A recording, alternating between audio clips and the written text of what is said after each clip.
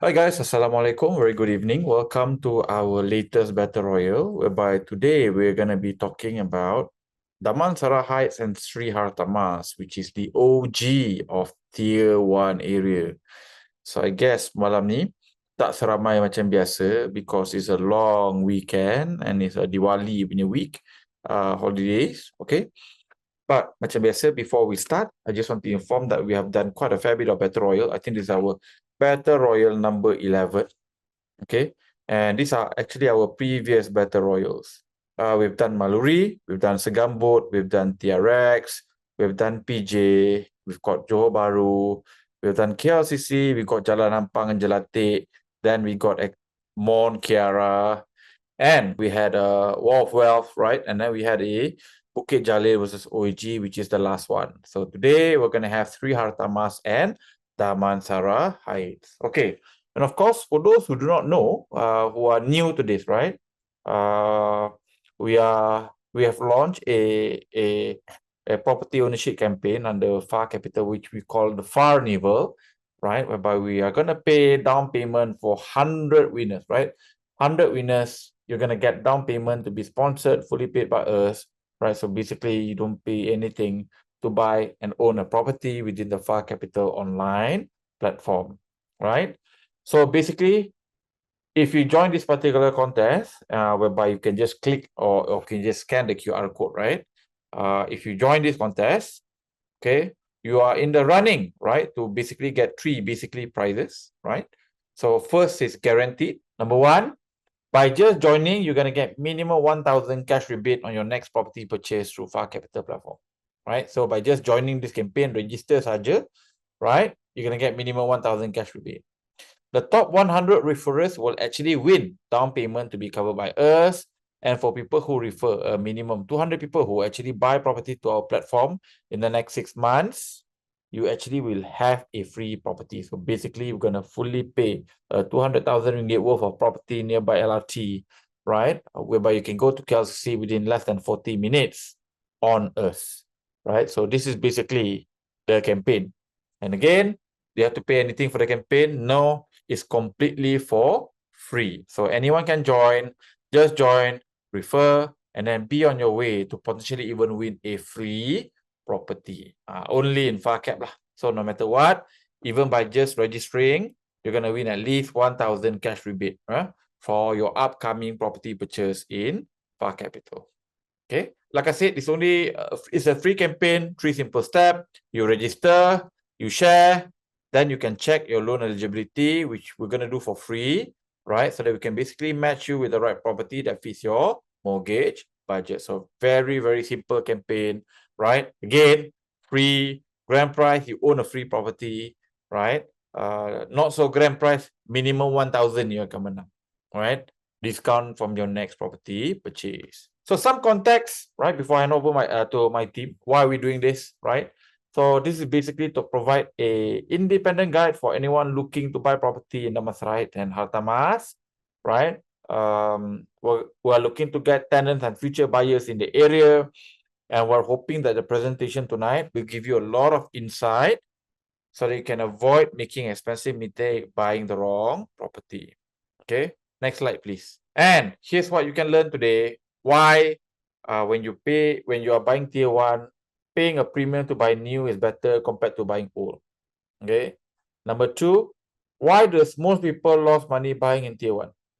Okay. Number 3, you're also going to learn that MRT, no MRT makes very little difference if you're investing in a tier 1 area, right? Number 4, we're going to tell you at the end of the presentation, if you are looking to buy in this area, what is the safe price per square foot to enter, right? And Damansara Heights and Jalan Ampang, which is the grandfather of OG, right? Which is the first tier 1 area in Klang Valley or KL. So which one is better? And again, when you compare Damansara Heights, Sri Hartamas, and Mont Kiara, which one is better? So all of these things will be discussed and will be answered tonight, right? If you stay all the way until the end. And of course, on top of that, there'll be exciting Q&A. As per usual, we get the best question during Q&A. So with that, I'm going to hand over the floor to LB, who's going to be doing the full presentation. So with that, LB and Larry, the floor is yours. Okay, so today I'm going to continue a presentation from here. So today we have Damansara Heights and also Hartamas, which is the OG lah. So um to make it clear, so we go with our theory. So this fall in tier one. So our tier one guideline is rental rates above 5,000 per month is actually common in the area. So it has mixed nationalities and popular amongst well-paying international communities. Prices for high rise is above 1 million and around 700 per square foot is normal. Prices for landed properties start with 2 million and onwards, even for link houses. New launches is about 1,000 per square foot is actually normal for our tier one. So the next slide is about some of the area that fall under tier one area. So OG, we have Mount Kiara, Hartamas, Damansara Heights, KLCC, and most of it is being covered except like KL Central, Mid Valley, Canyon is not yet. So our new entry, we have TRX, Bangsa South, Dutamas, Desa Park City, except Bangsa South, most of the area is being covered under this tier one lah. So if you miss our sessions, you can just watch back our previous sessions in the YouTube channel in Faizul's YouTube channel. Okay, so moving to this one. So today we have Hartamas. Okay, so Hartamas actually situated very close to our Mount Kiara, our Damansara Heights, or our new one is Dutamas, right? So to make it clear, Hartamas actually is being separated by our Penchala link and also a sprint. So a part of Hartamas is actually fall after the sprint. So it's over this area and it's actually quite close to our Damansara height. So if you look at over here is actually where our Istana Negara is lah. So this is our Hartamas border. So moving next slide, we have our Damansara Heights border. So this is the area where you have a lot of wealthy who stay around here. So Damansara Heights, when separation from our Sri Hartamas or Hartamas area, is by Jalan Setia Kasih. So okay, just now I mentioned the Istana Negara is over here, right? So this is the border between Damansara Heights and so Istana Negara. If your separation from our Canny Hills or Duta area, right, is our Jalan Tuanku Abdul Halim or Jalan Duta was previously known as. Okay, and to separate it from our Bangsa, some of areas actually fall out here is over Bangsa, is the Jalan Maruf lah. So our new Damansara Heights, we have our new upcoming so-called master plan by pavilions is over this area. And the old time when we talk about Damansara Heights, we talk about MRT, right? It's about MRT Sematan. So it's over here. And we also have held university at this area. So this make about our Damansara Heights, but Damansara Heights mainly they come with a low rise bungalow residential lah.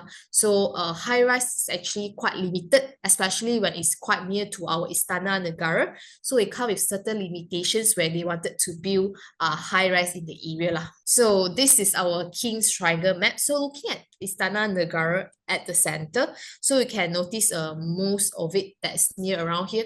They have some restriction of heights of doing for it. So those area that's close to our Istana Negara seems to have some premium. Okay, all of it seem to fall in our tier one. We have Mount Kiara Hartamas. We have upcoming is our Dutamas for their KL Metropolis master plan. So Damansara Heights is the OG lah, so as we know, and also our Bukit Tungku on the other side. So what is boosters coming for our first that we're talking about for our Damansara Heights? Is there any? So when people are talking about this Damansara Heights, when it's OG for all those wealthy, right? And it's full of residential titles and also landed property. Is it anything that's coming up? So why does Pavilion choose to put a mall or build out their corporate towers and residential over here? Is it because for the wealthy? Because when we go to Pavilion, Damansara Heights, it seems that the traffic for the humans is actually not that much actually. So actually only catering or most of it actually come from Bangsa or Damansara Heights. But why still Pavilion build up their master plan here? Are they thinking of building up their corporate towers, their premium suite over here will actually boost up this area? So this is certain that we actually put under question mark, especially in this wealthy area where most of the property is actually landed bungalow. Okay, so we go to our next slide is our investment. So to make it clear, and we actually segregate into 7 criteria. So we have median, whether you are buying the property at the right price point. U and O actually affect the property prices. Tiering, so actually you fall under tier 1, tier 2, or tier 3. So supply and demand or booster that we actually talked about just now. And also maturity point, whether there's something going to boost up the area, or actually it had reached a certain point for you to sell off in future. So, and also the last one is multi rental options, whether you have other options other than renting out as a whole unit, or you can do co-living or Airbnb. This is what we are referring as the MRO. Okay, without further ado, I will just pass the presentation to our diary for the transaction part. Okay, thank you, Abby. That's quite fast. All right. Hi everyone, Zairi here. So today I'm gonna go through with you guys on the transaction part for landed and high rise in both areas, Damansara High and Hartamas. All right. Yeah, this area, as mentioned before, is an OG. OG for those Mahakaya, right? So golongan T15, probably it's not T15, probably it's T5, and not from our generation. So it's our Bapa and Tok generations, right? So those are wealthy. The older generation is buying these areas, Damansara High and Hartamas. So it's not a new area, it's been there, it's from 70s, 80s, right? So yeah, these two areas in comparison for the transactions, it's obvious that Damansara Heights is actually having more transactions of the landed. So it's more demand in landed in Damansara Heights in comparison to Hartamas. So you can see there's 125 transactions in Damansara Heights in comparison to only 55 in Hartamas. All right, and most of the transactions of landed in Damansara Heights is coming from bungalow and semi-Ds. So most of it is from bungalow for 77 units in Damansara Heights for bungalows, right? And if you can see also in terms of the price per square foot, you can see the semi-Ds is going for around 1,100 plus per square foot, right? Bungalows and terrace for Damansara Heights looking a bit smaller due to the larger in size. The terrace, however, if you compare the terrace in Damansara Heights versus Hartamas, there are actually more terrace in Hartamas compared to Damansara Heights. So demand in Damansara Heights is more on the big units, bungalow and semi-Ds, while in Hartamas is terrace. So most of the transactions in Hartamas is terrace houses. The price for the terrace, for double-story terrace, is around 1.8 to 2 million, right? In Hartamas, while in Damansara Heights is only 1.7 million only. All right, so means that it's more expensive in Hartamas. Just that's a surprise figure for me. Zairi, how what's the period for these transactions? Yeah. Okay, so it's following the same period as what we have previously, 2.5 years. 2.5 years. Okay, just for January clarification. 2022. Right? Okay, thank you. Okay, yeah. I would like to also point out that that the landed getting guarded, there's also a bit of premium here. As you can see, in Damansara Heights, in comparison of Damansara Heights versus Seri Beringin, which is the getting guarded. So it's more pricey for getting guarded development. So let's say the bungalow for double-story bungalow is 1,100 per 77 per square foot versus only 700 per square foot for the normal Damansara Height non-getting guarded. Same goes to the semi-D. Let's say the double-story semi-D, right, is 1,160 per square foot, while the non-getting guarded is only 788 per square foot. So yeah, there's roughly around 40 plus % and difference in terms of the premium. All right, and also for Seri Hartamas, there's not much of bungalow, only one transaction, and it's coming from Villa Serene Kiara. As we know, Serene Kiara, it's a Malay reserve. Same goes to the semi-D, the 3-story semi-D is also a Malay reserve.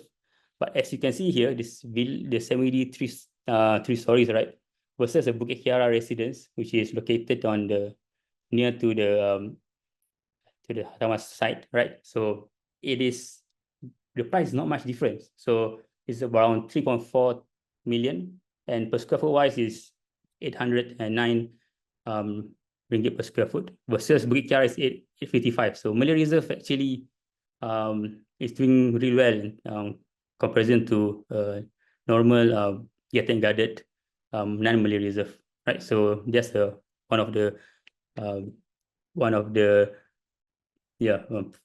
proof lah. So you can see here, Villa Sering Kiara versus Bukit Kiara residence, right? So next, I think very what we have to probably highlight here is that I think the reason why the Malay Reserve is doing well is because it's new, right? So there is, I guess, no new landed property in the last 10 years. I would say in this area which is non-Malay Reserve. Betul tak betul? Right? I think Villa Sering Kiara is about 10 years old. The 10 years. rest of it is actually more than 10 years old. Which is why, for example, it's doing quite well. Yeah, so no new supply, only Malay Reserve in Hartamas area lah, for the landed. Okay, yeah, also talking about landed, gated and guarded. Other than the comparison of Damansara Heights versus Seri Beringin, there's also Damansara versus and Beringin residence versus Damansara Heights. So both of those development transacted 1,700 and 1,500 plus per square foot, while Damansara Heights non-gated and guarded is 889 per square foot. So that's around 40+% of premium lah, you can see, for getting guarded. Okay, and then we wanted to compare to different OG area, right? So which is Yutan or Jalan Nampang side. Here, what's the obvious thing is that the number of transaction is not as much as Sri Hartamas or Damansara Heights.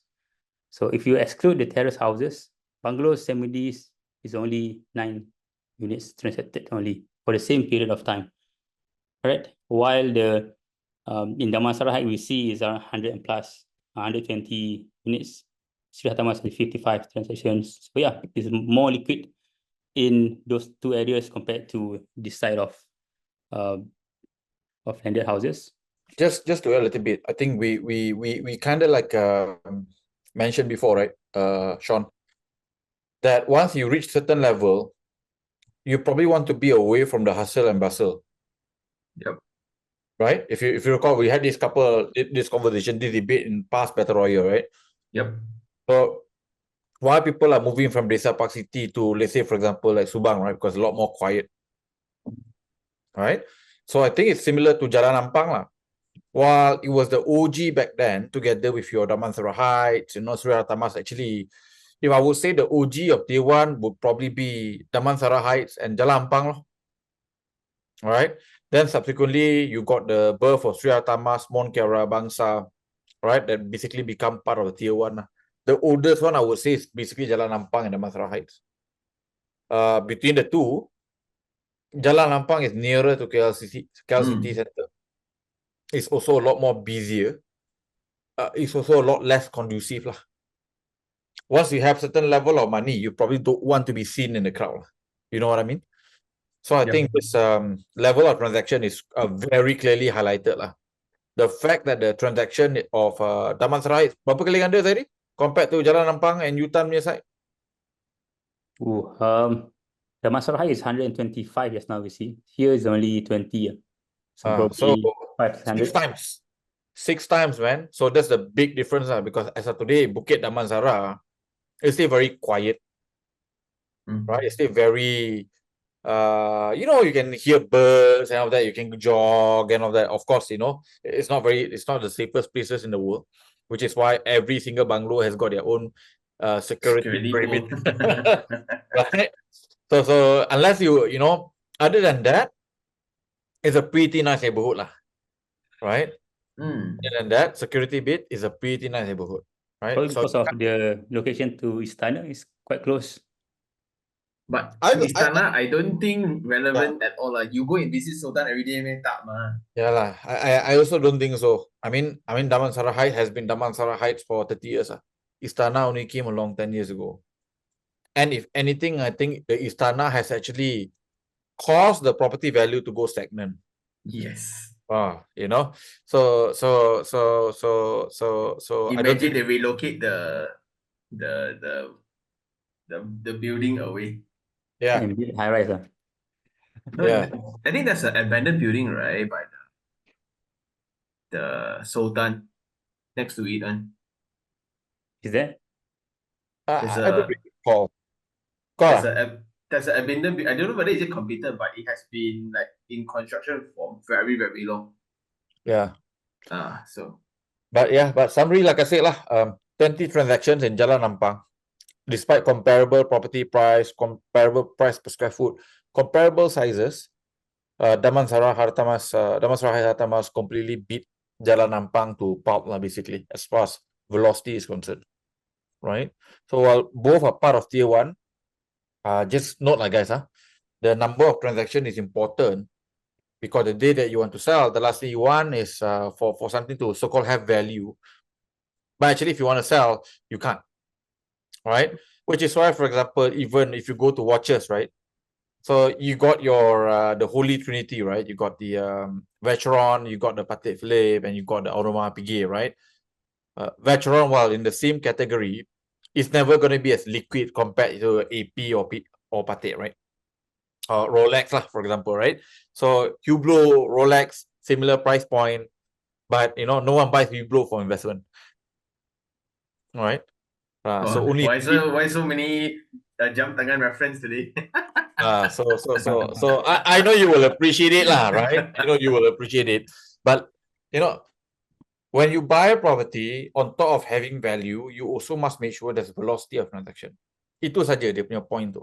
So which is why, for example, what's the wonderful thing about this Battle Royale, as we continue to go to area, we can revisit past area and then compare, right? So that you guys now will have a very, you know, quite a decent picture of what's happening in tier 1. While all these property are part of tier 1, right? But the liquidity is very different. Jalan Ampang will lose out to Desa Park City, will completely lose out to Mont Kiara, even with, you know, the original OG of Damansara Heights is losing out simply because it's not the most conducive. You have to remember, once you make certain amount of money, you don't want it to be busy anymore. All right, you reach certain age, you make certain level of money, you wanna stay away, right, from being seen lah. So if you know what I mean. Yep. Sorry, continue. Okay, now we have a look into the high-rise transactions in Damansara Heights. Okay, the median for high-rise is 1.03 million and 794 per square foot. All right, and there are 61 transactions only. So here you can see that the high-rise in comparison to the landed here is more in high demand and more liquid. Right, so high-rise, while the number of units here is also not much, the transaction is also not much. Right, yeah, there are no new transactions. Okay, we're going to discuss that. Why is the reason there's no new transactions, new developments transactions? All right, only those old and very old developments transacted in Damansara Heights.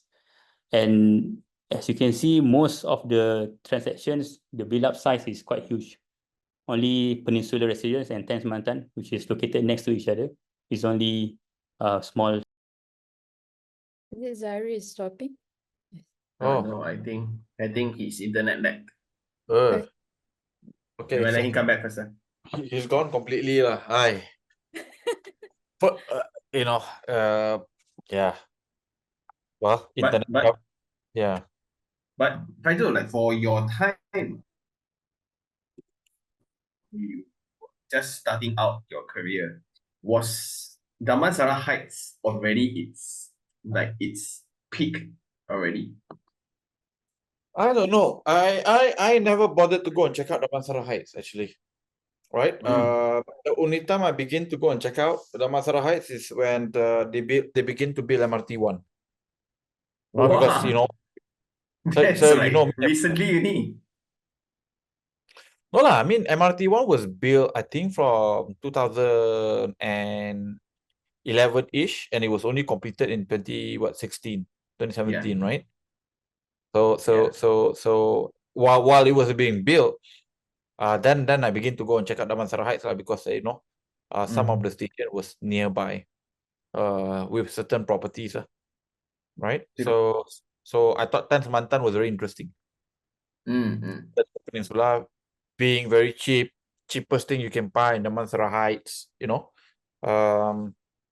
and I was so sure that if you buy it below 600 ringgit per square foot, you're gonna make a lot of money, because MRT coming up, then you own the cheapest thing there.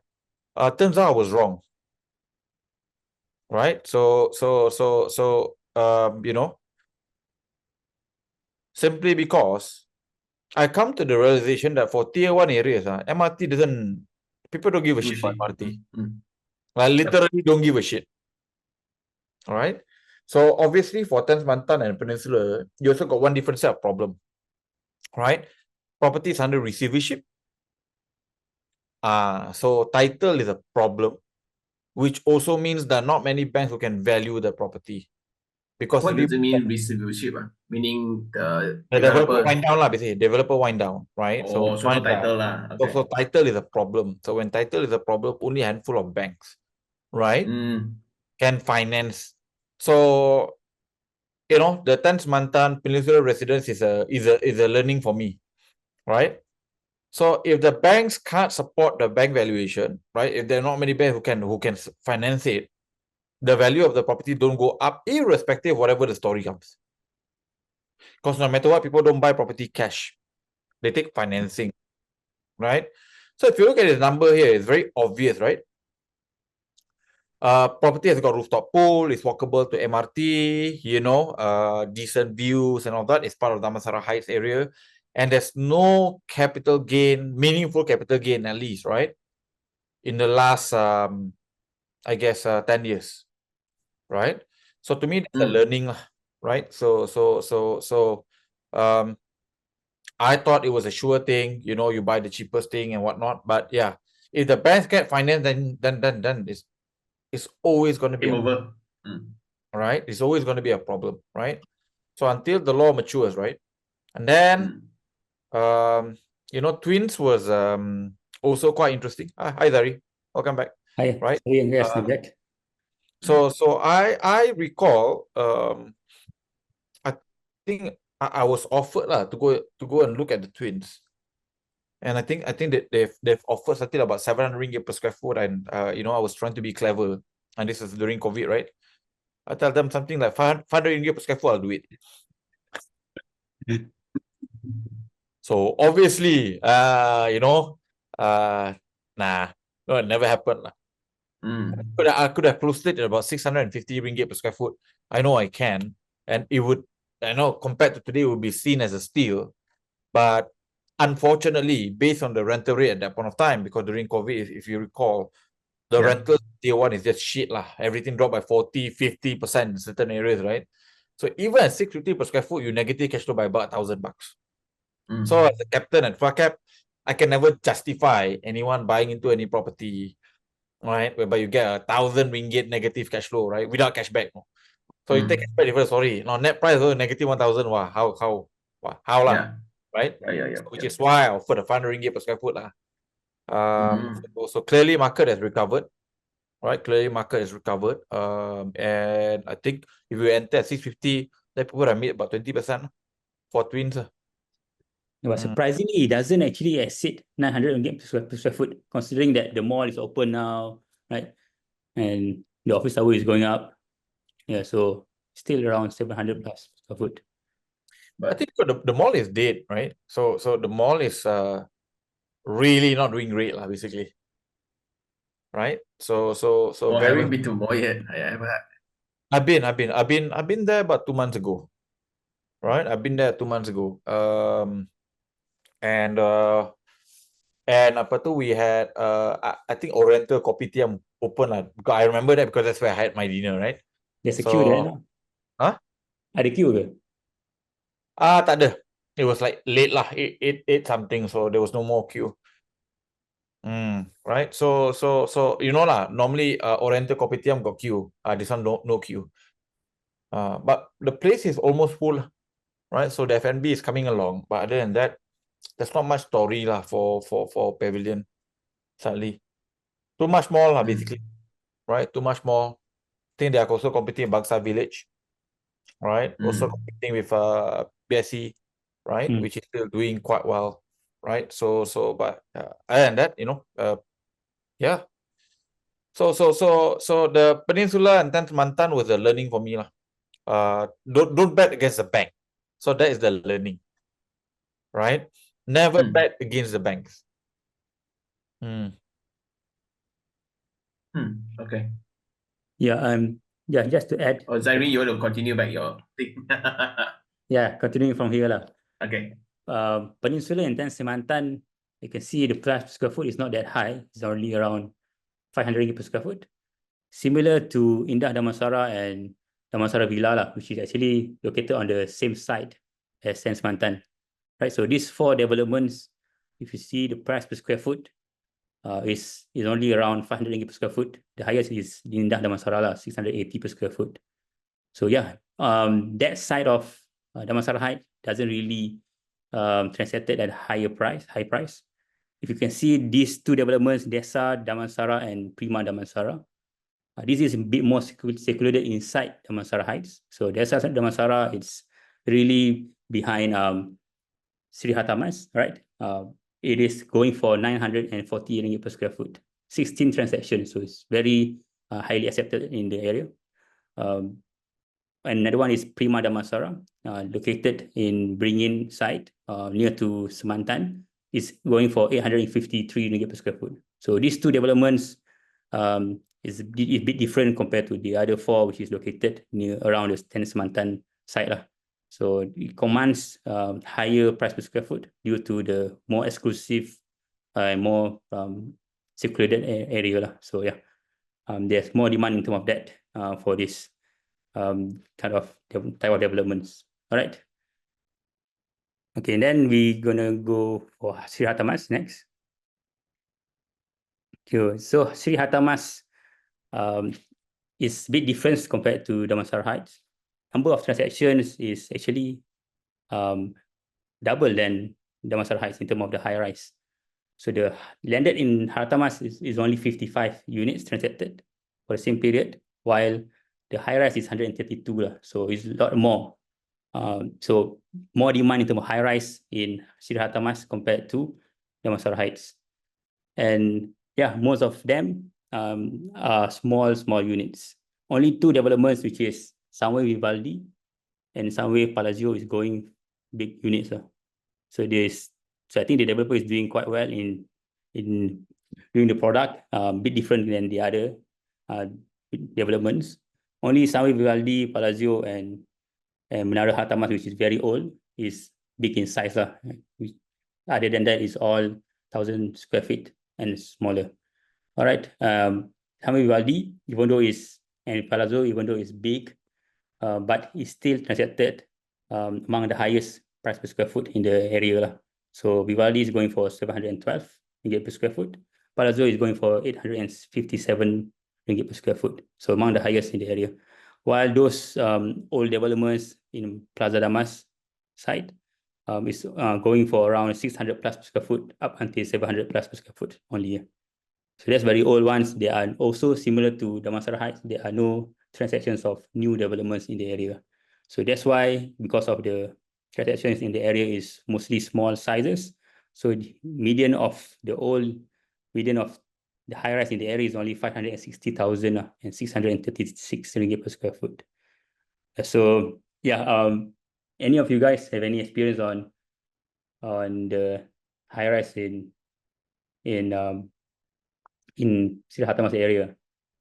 Is it really, because it's quite old, but it can still goes up to 600 plus per square foot? No, I think this one is like way before my time. I think if you look at it, right, and why the small units are doing well in Hartamas, let's say versus Damansara Heights, is because it's catering to your young first-time home buyer, below 35 years old, right? Looking to stay in a premium area, right? So why would they pick this one, let's say, for example, over Semantan? or Peninsula, right? Which is similar price point, 300 plus thousand, right? It is because it's a lot more convenient, right? If you stay in Damas 1, Damas 2, Damas 3, for those who don't know what Damas 1 is, Damas 1 is Dorchester and Mayfair. Damas 2 is Windsor, hang on, there's one more. Waldorf, Windsor and Waldorf, right? Those are Damas 2. Damas 3 will be your Charlton, Chelsea, and Cliveden, right? So these are all mainland projects, all located around the Hartamas shopping center, all walkable with bridges all the way to Hartamas shopping center, right? So even if you go to 3 Hartamas side, like apa ke nama property tu? Signature, right? It's walkable to Hartamas, Mama, Burger King and KFC. Well, it's pretty convenient lah. And on top of that, you cross the road, you go to Mount Kiara already. Okay? You sampai 1 Mount Kiara, you sampai K163. Right? So all of these units are basically small units below 500,000 price point, 300,000 to 500,000 price point. Quite friendly lah for first time buyer who wants to stay in a legitimately decent area, right? And a lot more convenient, right? So the Damansara Heights crowd is the older crowd. All right, is the old money crowd. All right, so at least you can say Jalan Ampang now today got the new money and the old money combined, right? Damansara Heights, in my opinion, is still very old money.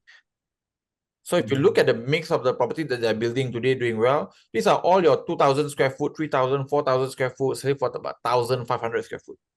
So pretty old money lah, because your 30-year-old banker, 8,000 per month, not going to be able to go and afford any new property in Damansara Heights. No way. All right?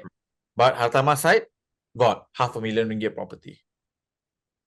All right? It's a lot more friendlier.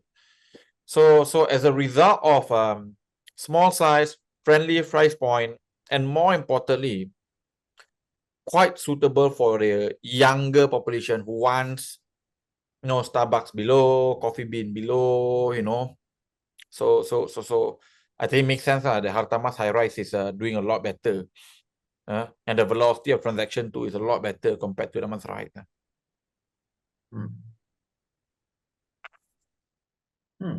Yep. Then just a question about what about Dorset, right? So these are part of the new developments in the area. So yeah, as mentioned, there are no transactions of new developments. So Dorset, no new transactions. Signature Hartamas, no transactions, only from developer. And also the latest one, which is Society. yeah. Also no new transaction. Yeah. So these are all referring to previous got transaction sub-sale, guys. Right? So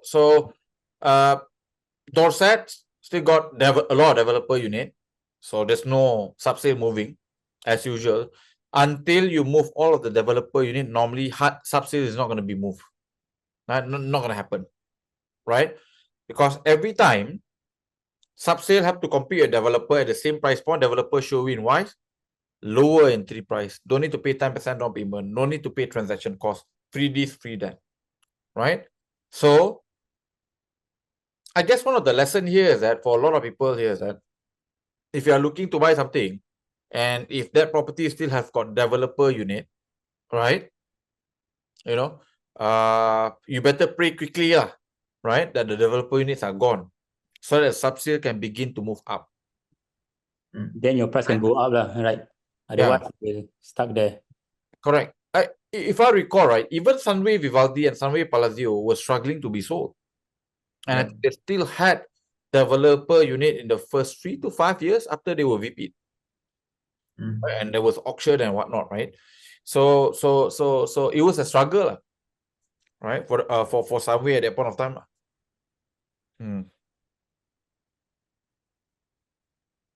But I just find it very interesting, right? Like at this size, at this price, just next to it is Mount Kiara. It's almost like 200 per square feet difference. This is then one more straight, like literally Damas Street, it's very close to Paprika already. I think like Sunway Palazzo, the target. No, Palazzo is different lah. Palazzo is different lah. And then looking at the smaller units lah. So it's so different. So I'm also thinking like now when you just say the old and new money, right? Like for Damansara Heights, like the transactions at 7 million, it's still going. So, but as the family size shrinks, do they still have a need? Do we still have a need to own such a big house anymore?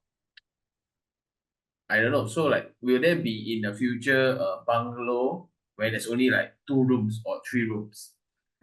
No more like 7 room, 8 rooms kind of thing. My suspicion here is that they have never targeted people who are building a family. They've always targeted those units for retirees who are moving from your 10,000 square foot bungalow in Damansara Heights to a 4,000 square foot single story super condo.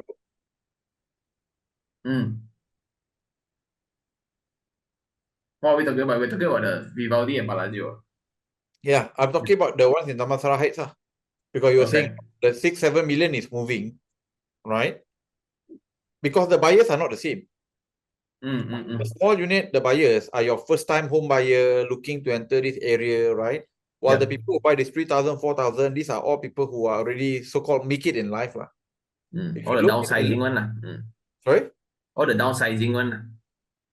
Well, you can argue it's downsizing, but it's still 6 million for a single story condo, right? Which is ridiculous because you can own a bungalow, right? So for the same price point. Yeah, it's not downgrade, it's downside. So your bungalow is 20,000. Yeah. Square feet. This one is 4,000 square feet. Sudah sangat kecil dah. Yeah.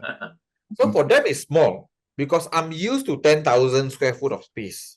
Yeah. Right? So for them it's pretty small. So I recall having a conversation with the developer of Serene Mont Kiara and Serene Kiara, right? So the boss was telling, there's just no point putting any form of built-ins. Because the people who buy from them, right, the Tantris and the Latin, will just wreck everything out. Right? Will just wreck everything out and then they build it to their spec, basically. So this is just basically how the ultra-rich plays. They buy 6 million ringgit property, complete buang all the whatever kitchen cabinet, sink. It's a complete waste of money to give it. But he say when you don't give, then they say you cheapskate. How come I buy a 6 million property, even this one you don't give? Then when you give, you take everything away because, well, it doesn't meet your standard or your taste. Right? So I find it to be quite amusing. Right? This whole thing. So yeah. So I suspect that's why, Sean. Yeah, so there's a question from Sean just now about who is buying those bungalow in Damansara Heights, because there's quite a lot of number of units transacted. Yeah, that's a different question also. Yeah. Quite interesting. Because like because that I've also been bombarded with this question a lot. Like these are locations for dream homes, dream home category, or flex homes category. So when you tell people you stay Jalan Beringin, you walk also got angin, right? So like when I'm 50, then when I make it in life another 15 more years to go, will I want a bungalow in Damansara Heights? That's I don't know. And I think a lot of those bungalows were built from scratch. Not really there's a structure, it's all land they built themselves. So now when the transaction shows that they are transacted patterns for properties built by somebody else, that's also very surprising. Because at that level, can't I just buy another piece of land and build my own? Yeah, so I'm really, I don't have access, maybe because that's why I have a lot of questions like who are these people and how do they look like and things like that. I can share a little bit on this. Got a couple of friends who live in Damansara Heights. Many of them are second generation. right? So parent bought something and whatnot in Damansara Heights. They decided to live nearby. Because one of the best thing about Damansara Heights is they've got one of the best so-called public school, if you know what I mean. Bukit Damansara is one of the best public schools around. If you can still call it a public school. Oh, Mm, I right? have no idea. No idea. I see. Bukit Damansara is an equivalent for the most elite Chinese school where all Velfire, Bentley, and is that equivalent? I see. So for family with children and they dream of sending their kid to the best public school around, Bukit Damansara is the place. And interestingly, the first point of consideration for them to consider anyone joining the school is that, are you staying in Bukit Damansara? Because I tried to send my kid there. Kena reject because I'm only part of Hartamas, you see, motherfucker. Tak layak, tak mampu Damansara Heights, Cilaka, right? So cannot enter Bukit Damansara. Right, you have to show a proof of your address and all. Right? So you got second generation, right? So family inheritance property. Then I got a couple of group of friends who, what you call the group of flexers. So I want to say I stay in Damansara Heights. So that I can stay, I'm neighbor with this Tan Sri and KJ and whoever, right? Right? So yeah, because there's a lot of VIP who stay in Damansara Heights. Like a lot. Like a lot, right? So the billionaires are there, right? So the area has got some level of aura. So when you say I stay there, I'm associated with this group of menteri, few hundred CEOs of public listed company, right? Second generation billionaire, family office. So these are gonna be the group. But you know how school is a very important factor for parents to decide where they live. So Bukit Damansara, as far as public school is concerned, is probably the best one.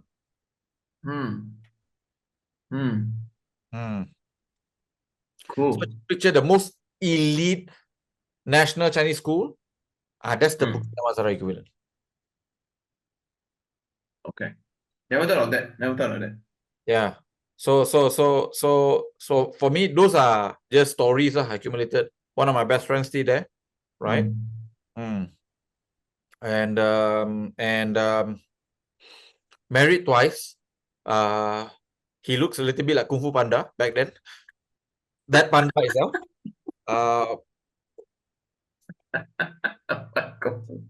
Right? Wait, is he Chinese or is he Malay? Chinese guy, right? So Chinese guy, right? And girlfriend all damn hot, way. Right? And well, he stays in Bukit Damansara, so aura. If you are level 5, you become level 8. Just because you stay in Bukit Damansara. I find it to be it's quite true. Of course, the guy is a bit of a genius, right? So it's very smart.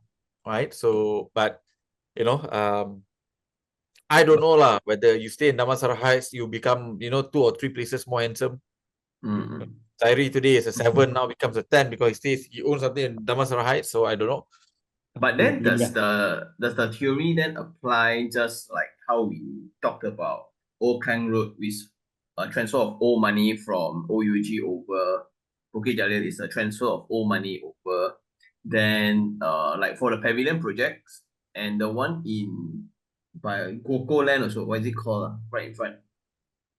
DC Residency. Yeah, DC also. Yeah. So are those buyers also an effect of old money? Just I want my children to be nearby. I buy a condo for you to live, so I can still see my grandchildren. I don't think the people who are buying the higher end Damansara Heights are the second generation. Oh, from Damansara Heights, right? I don't think so. Yeah, I think they are used to landed. I don't think they want that, and it's not that unsafe compared to your like SS2, right? Right. I honestly think people buy high-rise in Damansara Heights are all the newbies who want to claim I stay in Damansara Heights. Oh. I don't think it's the old money buying. Even DC suffered very long. Yeah. DC suffered very long. The Pavilion Heights until now still cannot sell so long already. But Pavilion being Pavilion, it wasn't sold to the locals in the first place. Yep, Right? it was all Honkies. Yeah. Right. But I know I don't have a data. My hunch is telling me I don't think it's your second generation. So it's going to be like the Desa Park City story lah. People are trying to buy in. Desa Park City not in the beginning. Desa Park City today, people are looking to buy into the address, right? I want to be yes. So today your buyers are that. And then the right sizing. The kids are not buying. I think the kids are going to inherit the old landed property while the parents then move into the apartments and condo. That's what I'm seeing. I know my daughter's friend who dad become a judge, right? A judge. Yeah, family stay in Damansara Heights. It was busy his career, too poor to own anything in Damansara Heights. So it is his 3 Hartamas next door. So he saw me, look at me when I sent my kid to public school. He asked me, aren't you a little bit too high profile to send your kid to a public school? I said, yeah, you know, I why not? It's a pretty decent school, right? So yeah. Oh, sorry, still got slide on, right? You still got slide. Yeah, one more slide good. Okay, you finish first. Sorry. Better go. All right.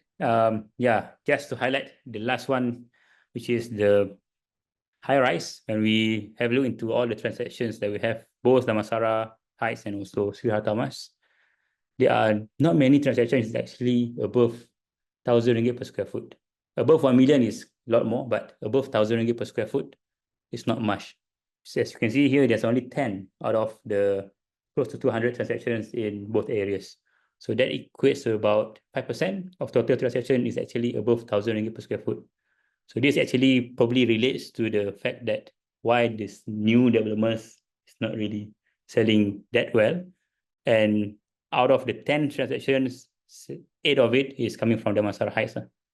So in Sri Hartamas is also not really, the area doesn't really accepting more than 1,000 ringgit per square foot. Yeah, especially for the old developments. Right. So that's all from me. I think I pass the floor to LB. Okay, thank you, Zairi, and also our panelists for the interesting discussion for our transaction just now. So moving forward, I have rental use to bring up for your eyes. So we have, first we go with Hartamas side lah. So Hartamas for new one, we have Societe or I don't know, okay, Societe or Dorset. So currently their rental yield for our new property in our Hartamas is about 5.28%. Rental per square feet is close to 4 ringgit. Asking per square foot other than Societe for Dorset is close to about 800. So Societe is about close to 1,000. So making an average about close to 900 per square feet for a new one. So if you're looking at their sizing, they all come with small sizes. So if looking at all in our Hartamas area, most of it come with small size, except our Sami Palazzo, they come with big size, and also Sami Vivadi. We have 4 bedroom, 5 bedroom, or triplex. So if you're looking at all these small sizes, right, something interesting is most of it actually make quite good rental yield. So in our Hartamas area, new and old is all come with small size, unlike our neighbor in our Mont Kiara, all come with big sizes. So the small size Mont Kiara actually doing quite well. So just one street down in Hartamas area, almost all the big, all the small sizes is actually doing quite well. Even for the new ones, Societe, Dorset, we have someone like at Plaza Damansara, actually is about close to 10 years plus old for now, is making about 5% yield comparing to others in the other area. So if looking at old property in our Hartamas, right? So rental per square foot is close to 3 ringgit. Asking per square foot is 750 today. Rental yield is about average is about 4.8%. But if you're looking specifically at those Plaza Damansara, we have the OGs, we have Dorchester, Mayfair, all is actually making quite good yield. Especially Dorchester is actually the yield is about 6.33%. Even though the asking today is about 670 ringgit per square feet. So on average, is above average of their asking per square feet today, but the use one is actually doing quite good, especially for the small layout for this Hartamas area. So for the next one in Damansara Heights, where we have all the wealthies who actually buy in the area. So for the supplies, actually, for small size, it's actually quite low. So if you're looking at our new one, the latest we have is Ira Residence. It's actually a low dense. It comes with big sizes. The 3-bedroom is about 1,008, 4-bedroom is close to 5,000. If you're looking at their rental, for 4-bedroom is close to 38,000. But just now we're referring to our Sunway Palazzo, right?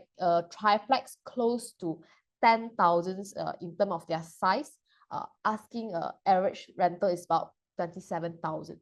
But in Damansara Heights, for 4-bedroom, half of the size compared to Sunway Palazzo, but the rental is almost double of it. So the rental per square feet is 8. Asking per square foot today is close to 1,008. Rental is about 5.5. But the question is, when I go through Ira resident listing and also their rental agreement, right? Actually, there's quite a lot of listing, but actually not much per renting. And actually, they also have some balance unsold unit from their pool as well. Because the asking per square foot actually pretty high. But of course, pretty high for us, but not for the wealthies lah. Okay, but looking at their old one, right? So Tan Sematan is the one actually close to the MRT Sematan. Just now they were saying, right, this is considered quite affordable one in this Damansara Heights for these wealthy people, right? So for this, the 1-bedroom actually doing quite well. The making use is about 7% because comparing to their per square foot entering is about 520 per square foot only. So if you are looking for twins, clear waters, is about 4.7% on average for this 10 years old plus old property lah. So DC Residence is the one that actually having some difficulty, you know, last time when they are selling off.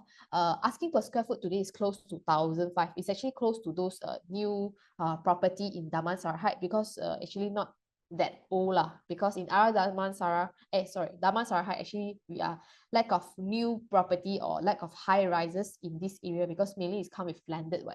So this is why making the asking per square feet for DC residents, even is close to 8 years old, is still able to ask about 1,004 or 1,003 per square foot today. So for those who actually offering lower in like smaller in sizes, lower in asking prices, making actually quite good rental yield lah. So on average, the rental per square foot for old property in Damansara Heights is about 3 ringgit 40 cents. Asking per square foot is about close to 900. Rental yield is about 4.7%. So this is just a summary table. So just to conclude, make a conclusion over here. If you are looking to Damansara Heights or Hartamas area, so we just take in rental yield as a comparison. Those is come with actually small layout for the use actually make quite good in Hartamas, regardless of new and old property. So all the small layout, they can fetch higher rental per square feet. They have a higher rental yield as per these two areas. So this is just a written summary. So most of the development in Hartamas come with small layout lah. So because their neighboring Mont Kiara actually offering big sizes, and also they are doing quite good for their rental performance. It's about 5.28%. Damansara actually has many landed and lesser high rises. So almost all high rise come with big sizes in terms of their square feet. And then for own stay lah, the asking price in Damansara is actually quite high and close to 1,008 per square feet, even for new, and close to 1,000 per square foot for old property in the area.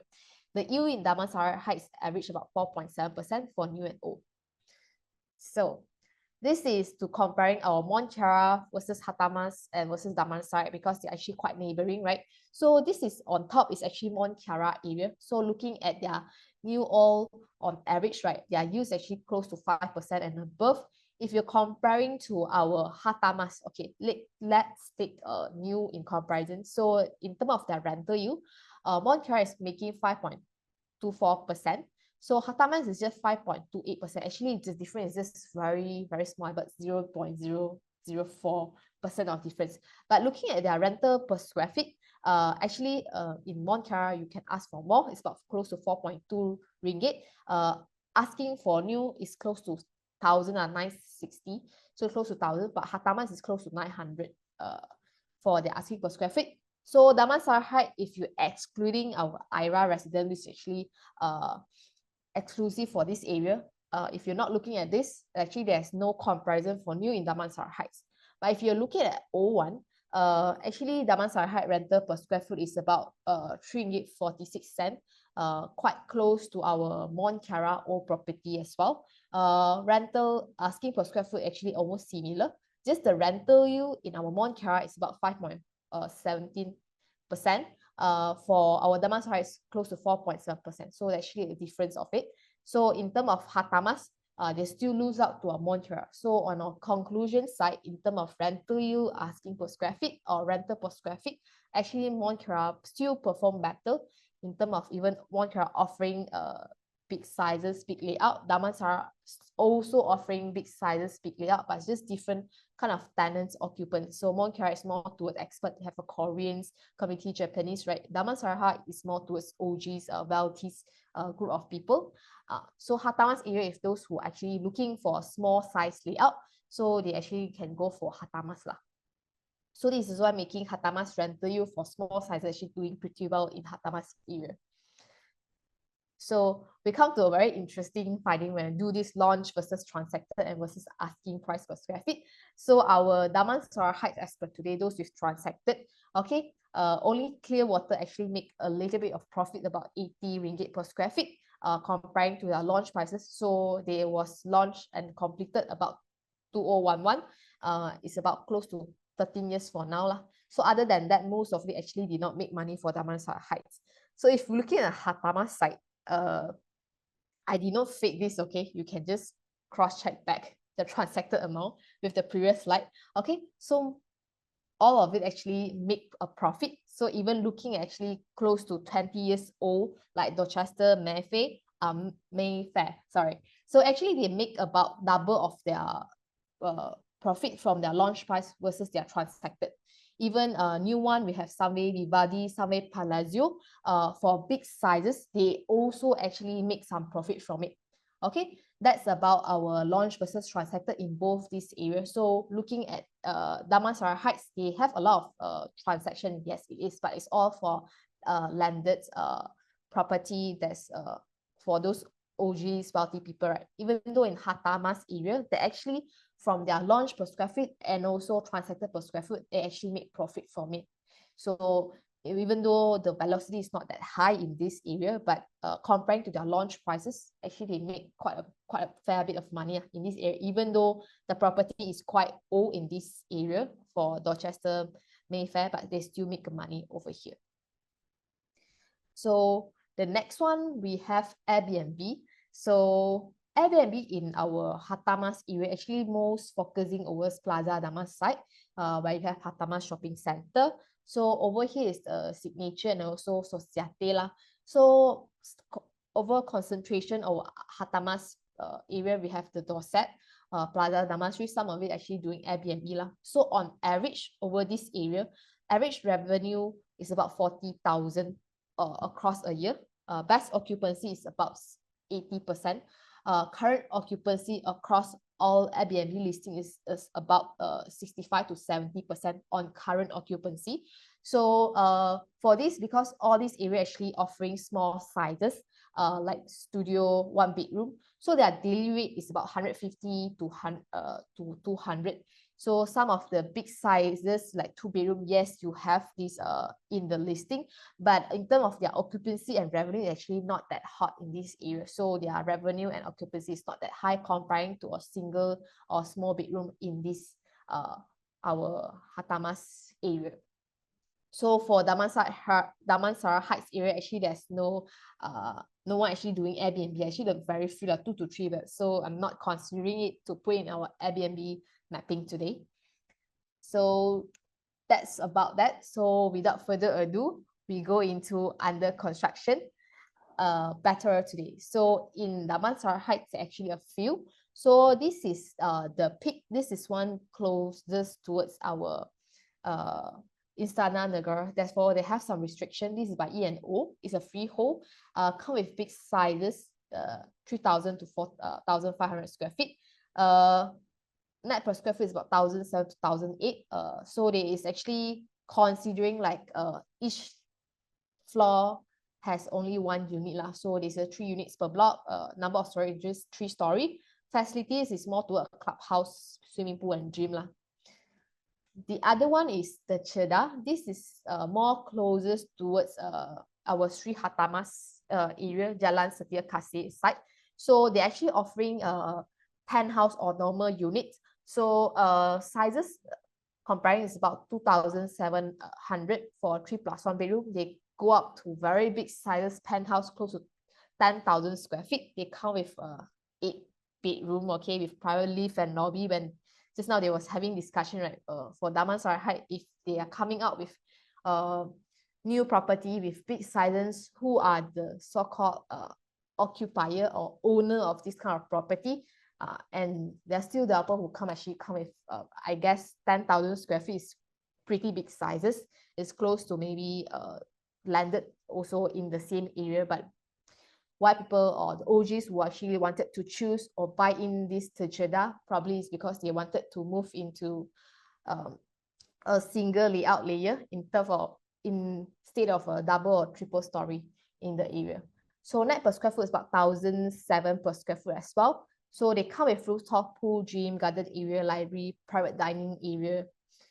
Okay, the next one is our pavilion master plan. So we have a few in here. So for this Crown Region Visit, which actually has been launched, it's close to 1,003 units. They're offering small sizes. So their one bedroom is about 600 to 700. Their biggest layout is about 1,005, 3+1 bedroom. So number of story is 57 story, considered quite high lah. So net per square feet is about 1,008. For Region Suite Vincent is about 2,001. So actually for this, they're actually offering for own stay and also investment packaging. So it's either you can go in investment, they provide fully furnished. So if you want to go for own stay, they provide partially furnished, because yeah, probably if they provide to you, but you're going for own stay, it's not up to your expectation. You will still actually destroy it and like take it down and put in all your own furniture. So you actually can choose which package you wanted to go for this pavilion Damansara Heights. So they come with swimming pool, gym. They also come with sky pool for this pavilion Damansara. So this one is Ira Residence. So in our Damansara Heights as well, they're offering big sizes. Their smallest is about 3+1 is close to 2,600 square feet. Big sizes, they have garden unit or even penthouses. It's close to 7,500 square feet lah. So this is actually completed. Net per square feet asking today is about 1,750 per square feet lah. So they come with their pool. So Ira Residence, when they were launched, actually a lot of voices about this, because their starting prices is close to 5 to 8 millions per unit. So people are asking who are actually going to buy into this Ira Residence when looking at their brochure launches. Maybe it's not that exclusive. This is why there's a lot of voices comparing to the Peak and also the Cheda. The Cheda and Peak was actually launched recently lah. Then we have Sri Hartamas, we have Society. Okay, so they offering small sizes. So their big size 800 to 1,000 is a duplex unit, and it's also completed. Net per square feet today is about 1,050 to 1,001 ringgit. This is also a freehold in Sri Hartamas. So the next one is actually at Dorset.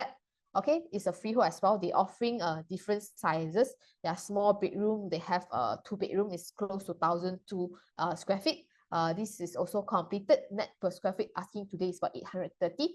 So for this Dorset, they offering Sky Pool, Gym, and Sky Lounge. And also Dorset is more towards a hotel. This is why during the Airbnb, Dorset is the one actually occupied most of the Airbnb listing mapping over there, and actually they're making quite good in terms of their Airbnb, in terms of their yield, their revenue, and also their occupancy compared to the other area. Okay, so before I call my panelists, I just want to put out a hot discussion, because I know everyone is going to ask, there's something lacking in this Hartamas area, where people already see up all the boarding in Hartamas, where there's an upcoming project in this area, which is actually by Exim. So we actually don't have really much information but by Exim what they're going to launch in this area, but just looking at their all launches recently in all these hot area like KLCC, Bukit Bintang, they're all offering all small sizes, right?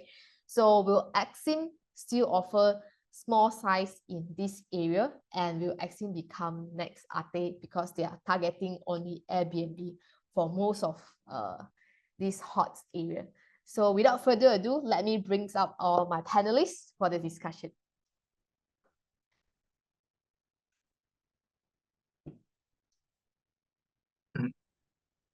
What a statement. Is Exim the next Arte? So are you saying Arte is bad? Then Exim is following? Or No, I didn't. The strategy of sales.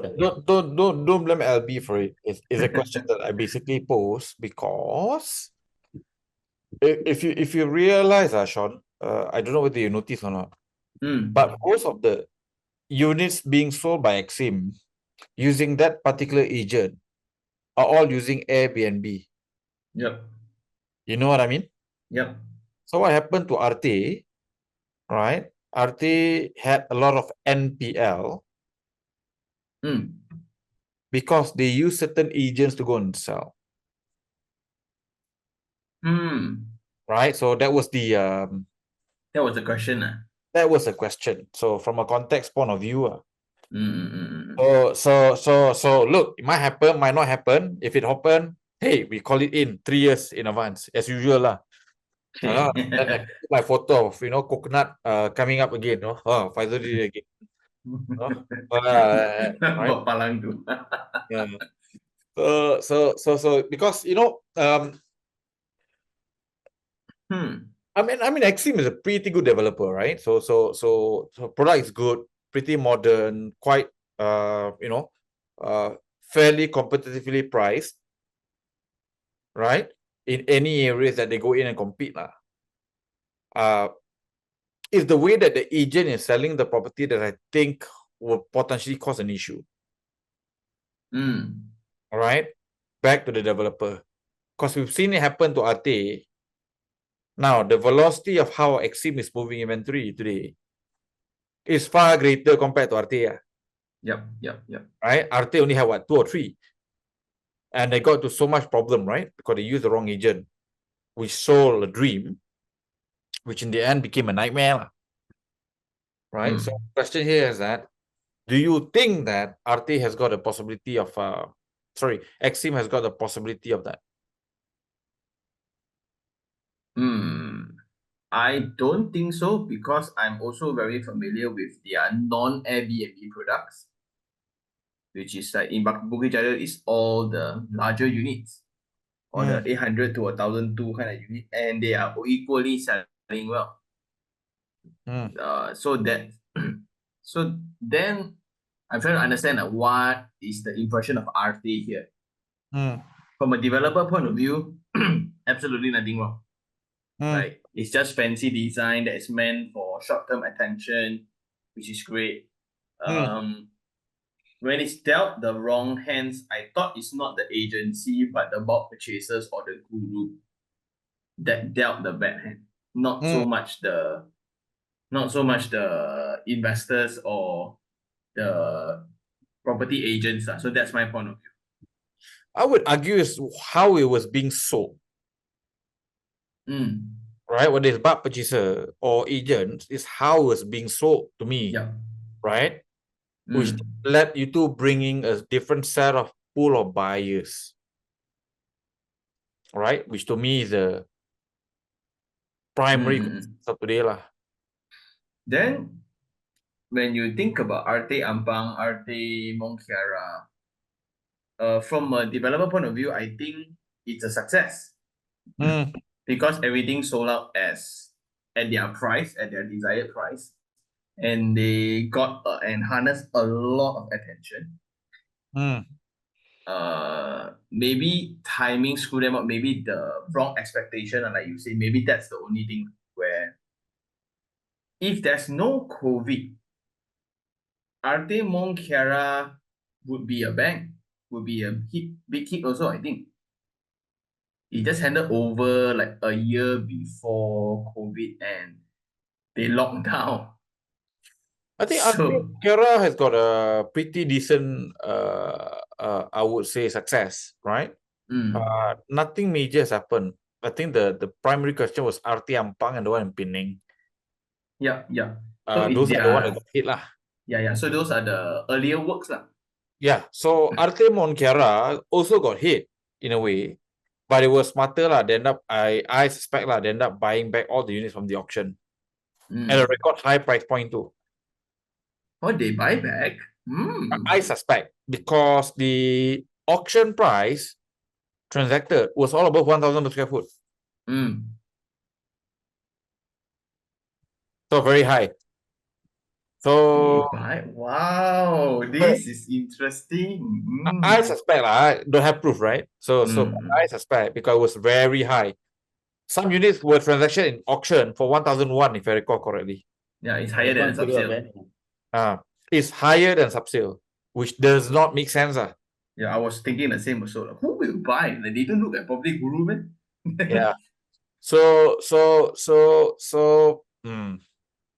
I see. But like if you think about their Arte Cheras, quite solid, right? Then you think about the Arte Solaris that is coming up. So we will see. So, but will Exim turn into it? I think Exim has a lot more things to offer. So this is one segment of it, or it's a recent transformation. And they are doing the same. So when you say it's a pattern, right? Like just now, isn't it crazy like Mayland behaved like Exim today? 10 years ago. When they launched I just think, right, like 10 years ago, you tell me people launched 420 square feet units. And you tell me you will get 6% yield and your price will double. You must be crazy. At the same time, just imagine 2011, Mont Kiara got 1,200 square feet units, and you go and buy a 420 square feet unit right across the street. Wow. Then now at today, like we look at 420 square feet units, right? Then we like, hey, are they doing? And last time no Airbnb some more. Now still got, now got. So like I just thinking like so this episode to me is flashing back, right, to a world where it's a unit in IRA. And when I visit, they buy the house, don't know where is it on last time. Oh, I didn't know it was partially an abandoned unit building. It was right in front of my house. I buy it at 5 million. So when the episode came up, then when I go and visit the unit, actually the entrance was bad, the site was bad, nothing much to shout about but the address. Specs wise, we talk about like the land is so narrow, the unit is nice specs wise, but design nothing fancy for 5 million. But rental is awesome. That is another thing. So like when we study so much, when we see each other every week now, right? There's still so many things that we don't understand about real estate. So that is so. I'm so. I think this is my worst episode ever because so many things I don't understand. How a 420 can work, then how a 10,000 square feet one cannot work. Then you just switch the address a little bit. Then the rental, people pay 38,000 to rent IRA. Wow. But the one is some is asking because IRA actually have quite a number of asking. Oh, But my friend actually rented out. My friend rented Yeah. out 32,000. Yeah, there is some stamp one. I cross check, but asking also can go up to 38,000. But I mean across so many units, maybe 1 or 2 unit can like, okay, it's about 100 plus unit, maybe 10 units can make it. How about those unsold and also those unoccupied? Yeah. Offering at these prices. And the sales agent, dedicated sales agent there is a friend. So her check is all crazy when people write 2 million check, 3 million check, 5 million check. Oof. I would say the crazy rental is really about demand and supply. So again, it again strengthens the point that, look, if you're on tier 1, you really want to bet on the new property versus the old one. Right? Because there's no cap, there's no limit in terms of how much people are willing to pay. Right? If you're talking about Damansara Heights, you're talking about Hartamas, these are all area full of rich people. So at the right time, if the supply is quite limited and you're the only unit offering those kind of availability, and if you are sitting on 50 million cash in the bank, what's 30,000? Then that's why I like when I look at we can go to LB's agenda for today, but I'm thinking against Pavilion. So at this rate, right, I shouldn't think like how I think today already. Convenience is bad. Like when I go downstairs, there are people watching me, people know where I stay. It's not good. IRA is good because but there's nothing that really literally there's this batai there, nothing else there. So but when that's great, and that is the profile of my friend's tenant. They call it to put the birds. So the first girlfriend there, second girlfriend there, then some put boyfriend there. Legit. Experience. So and when you have a driver, why you need convenience? Wow, really? To put bird 30,000. Walao. So poor. So poor. Because at that price range also, like, you wouldn't want a bungalow also, too high profile also. Then no facilities also. Yeah. Yeah, so that's what I thought. That's what I thought. So interesting this episode. Interesting. Okay. Tak sangka Aira jadi tempat burung. Burung mahal. Last time people got say apartments are shoebox for birds. Wait until you hear this 32,000 punya bird per month. So I go there and meet my friend often to talk about watches.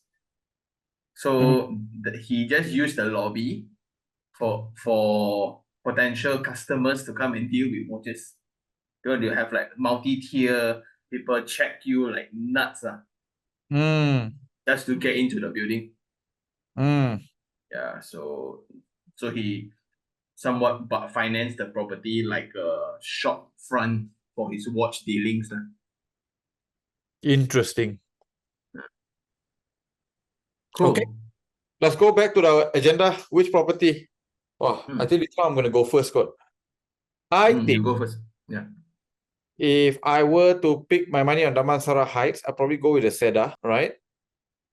Quite unique size. From a facilities point of view, most likely is going to be the best one in Damansara Heights. Still very limited number of units. So there's going to be some level of privacy, right? So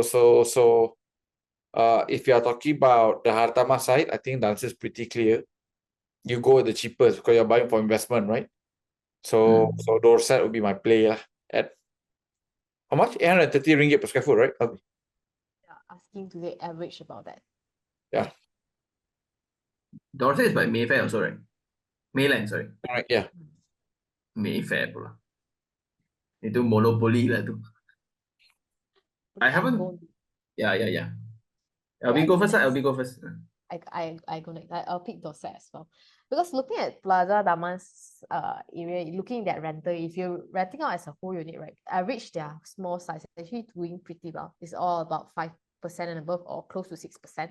So for me, by going to with the MRO strategy, the selling criteria, if I go wrong with my Airbnb, I still have my backup. I can still rent out as a whole unit rental. So with the prices that we can get in this Hartamas so-called tier 1 area, and also neighboring our Mont Kiara, which has a lot of supply of big sizes. Dorset will be my pick lah. And also Dorset also, last time, yes, I saw a comment that was managed by hotel management. Yes, they're offering fully furnished unit. So it depends. Some of it is fully furnished, some of it's not. So by looking at Dorset with this kind of spec and prices, multiple rental options, I think I'll pick Dorset. Society is actually new lah. Yes, it is new, but it's actually, yes, it's close to commercial areas like eateries in Sri Hartamas area on the other side.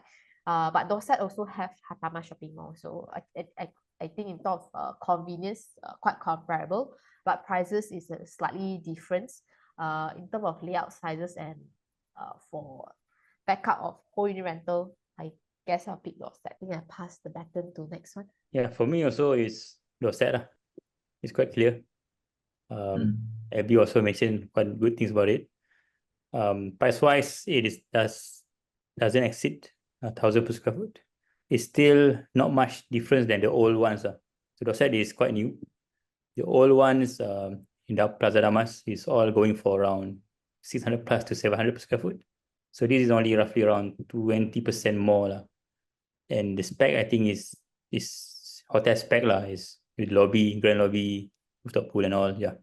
So investment wise, 800 ringgit per square foot looks attractive. So yeah, that's for investment. Otherwise, for own stay, probably looking at probably Cheddar or Pick. Yeah, put more on Cheddar because of the low rise in front of the school, right? The prestige school, public school. So yeah, so probably Cheddar. I don't know. I think okay. A few questions lah, right? A few questions like, at this rate, we know that we look into the numbers, right? If we buy at today's price, rent out at today's rent, just now the hotel can actually break even, but yet cannot sell out. Why? Right? So I think the original price point was above 1,000. Yeah, it was 1,000. The 800 ringgit per square, the 50 ringgit per square foot is a recent price point, right? Yeah, this is the asking. The this launch is not like a far 1,000. capital price rate, right? No, right? No. Normal asking. So because we've been trying to do a deal in Milan for, I think, 5 years already. So every year it's like a reunion. They come and say, hey, help us out with Dorset, and say, okay, at this price point, we'll do it. And, they always change managers and whatnot. Right? So every time a new manager go and present to Tan Sri, it always got rejected, basically, right? So I think this is the only time in the last 5 years that I've seen that the public price point drops to below 900 ringgit per square foot. So if you were to ask me why, I think that's the reason, right? Because if we look at the history, right, they were actually selling averagely, right, Damansara, which is your Chelsea and apa semua tu, and Cliveden, actually about 800 ringgit per square foot. So Dorset, which is supposed to be the best property there, because you've got the rooftop pool, higher spec and all that, shouldn't be sold at a price point which is below that lah. Yeah. Right? So I think SPA is about 1,003 or 1,004 per square foot. That's why. Okay. Right? So that's why I think for those who are listening, right, who want to buy something that makes money like today, now, without joining Faizul. So I think that is one way already. Like, ta-da! Okay, so on data, their sales do very good. But I see a lot of movements lately for all their constructions. So that's good also. I think there's a recent pump of money. Like their Subang one in the next to SGMC dulu. That one also Dorset, I think. Yeah. So I think now the construction being very fast, but it has been stuck for the longest time. So I think that's good. So I think Dorset, without a doubt, you buy now straight away make money. Cheddar then is very interesting. A lot of second gen developers like from Malacca, from Johor, from Seremban, they all text me personally, ask me to check out Cheddar. I want to maybe have a second home in KL, and they all ask me to check this one. So when I look at the price, then I say, "You go and check yourself, not interested." So yeah, so I think this has been done. Like, I have not seen this publicly marketed at all, but it has reached all the people that they want to reach. So I think this one must be good. I'm more familiar with the Peak. I was invited to see it, but something came out. And also, I don't know, I'm not very familiar. Didn't reach this level before also. Yeah, so but I just based on logic, I think I will go with the most expensive one in the market. I realize people at this price, they don't buy because it's the most value for money. They buy the most expensive things. So this is what I learned lately, very harsh. Rich people don't buy the best. Rich people buy the most expensive. I guess the consideration is, I think it's very different. I think privacy is super important, right, for them, given their activities, right? So I think that's key. Second thing is how you then sell it to them. You know, because I've got a new narration lately. Besides one Menrong, people got nowhere else to move to. Yeah. They're like, what a big problem you have, huh? So people tell me, yeah. And even for one Menrong, from a privacy point of view, it's not that great. It's quite a lot of units, basically. Yeah. And you're next to BSC. It's not difficult in a way to come across people that you know, right? I think things like the Seda is interesting. It's got a very interesting facilities, right? Private dining, right? Tennis court, rooftop pool, gym, library, business room. Well, if I have 50 million cash in the bank, this sounds like a perfect property for me. Address is good, privacy is good, facilities is good. You know, I really don't have to host people at my house. Perfect. Right? I guess the other thing here is that I think the Dorset hotel operation itself is actually doing quite well. I think they've got an occupancy rate about 93% across the board. I think in 2023. Wow. Yeah. So doing very well. 93 is solid. Very good. Product is crap though. Right? From a hotel room point of view, it's terrible. But it's cheap. Right? It's very competitive. So you know, which is why I think from a Dorset point of view, and why I guess the whole team basically picked Dorset as a no-brainer proposition, is that number one is the only thing below 1,000 per square foot. Actually below 1,000 per square foot. And on top of that, the multiple rental option give you a few more additional dimension. So I'm just here just throwing questions again, right?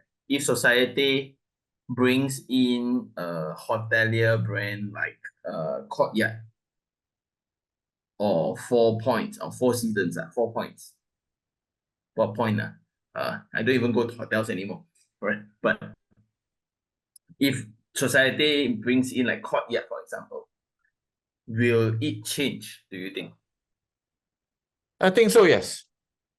I think there's a very clear evidence that if you bring a proper brand, the rental jumps up. Right? Rental jumps up. Medium-term rental, short-term rental, all seem to be doing quite good. The only downside is possibility of they might ban short stays. because it's directly competing with the hotel.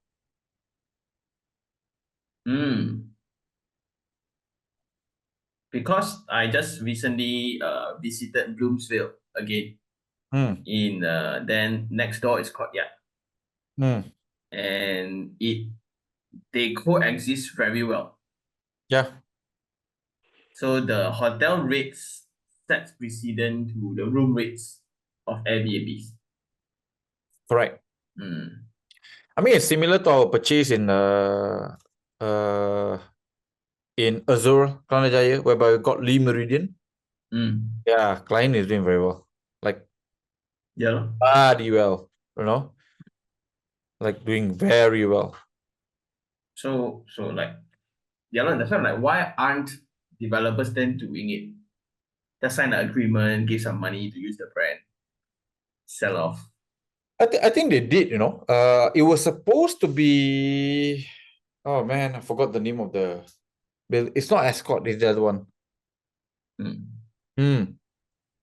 It was supposed to be that, and then pandemic, you know, COVID hit, and you know, the deal was off for society.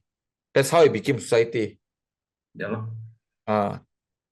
So that's you remember the diary? They even put the signage in already, and they had to put it down.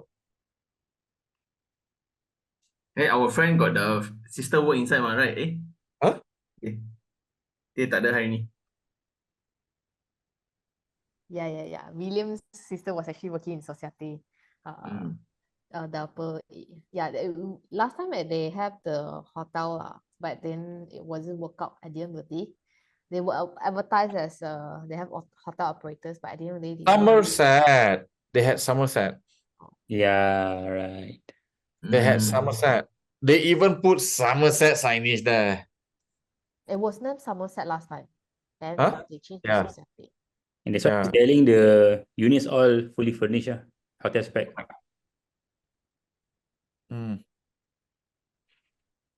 I think now, if got money, if you really got money, I think build a hotelier brand should be good.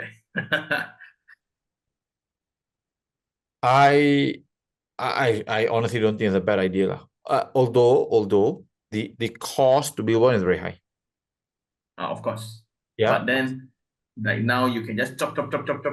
Wow, everybody just like sometimes also you see like you say, oh, there's a doorstep, but the room specs wise it's not too good. But at least it's a brand that I know. Then at least when I book the rooms, it would give me some certainty, although it's like 20 or 30 bucks higher than the normal rooms. Very interesting on this one. Then sorry, Derek. Yes. Yeah, the hotel, they don't own the assets anymore, right? So they lease. So they ask the developers to actually follow their spec on what they wanted. So that's why you'll be confident on having the units not too bad as spec, because there's a minimum spec that the hotel wants. Yep. Then also another discussion point is like me hosting everybody's bids. If a whole project, would you prefer it to be fully furnished entirely, or it's given a choice to consumers?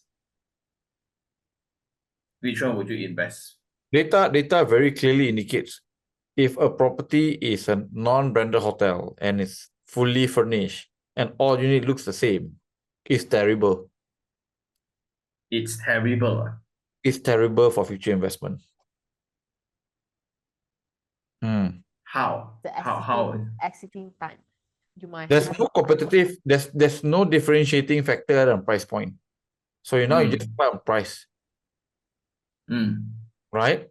So as a person which is considerably okay in property, you know which renovator to use to make your unit to look nicer, and you spend 5,000 to 10,000 more, and unit can be quite unique, you see, versus the rest of the owners who probably are not as sophisticated.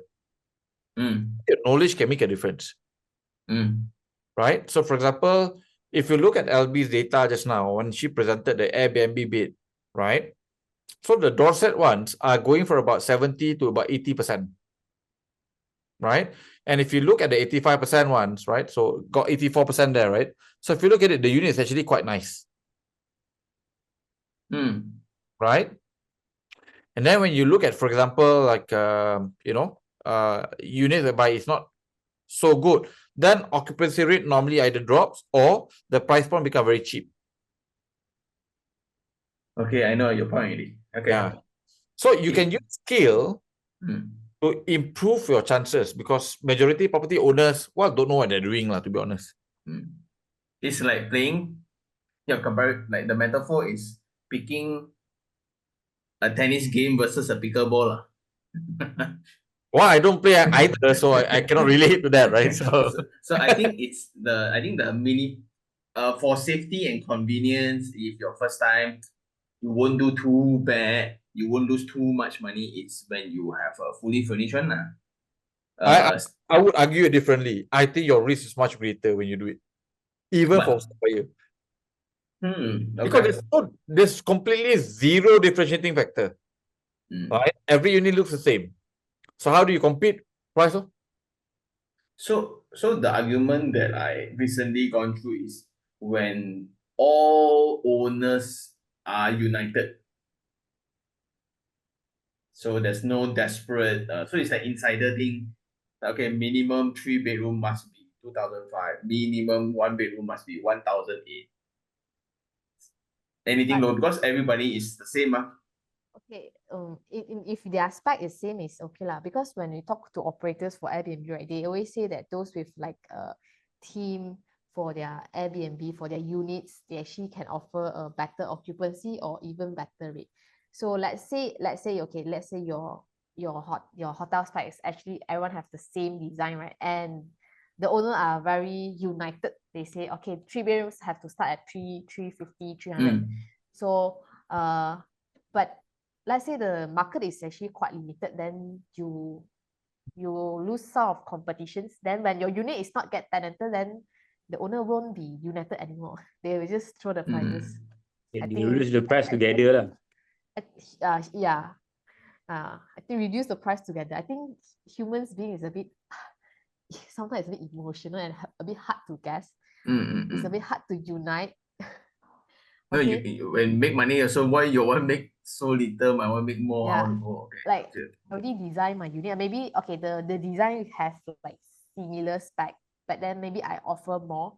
I put in some drinks like for free that actually when I go through the Airbnb listing, like some of it they put out their title, which means when you scroll for Airbnb, we'll saw like some they are offering free drinks, free something, like extra kind of thing in their title. And so those who actually have more clicks and more occupancy, their daily rate actually could be quite comparable to others, but this will actually make more profit compared to the rest lah, with similar spec. Yeah, actually offering some with like a little bit of premium or a little bit of team design is actually will be a plus point, because this design kind of thing, right, or the team kind of Airbnb was actually shared by some of the Airbnb operators that I speak to last time.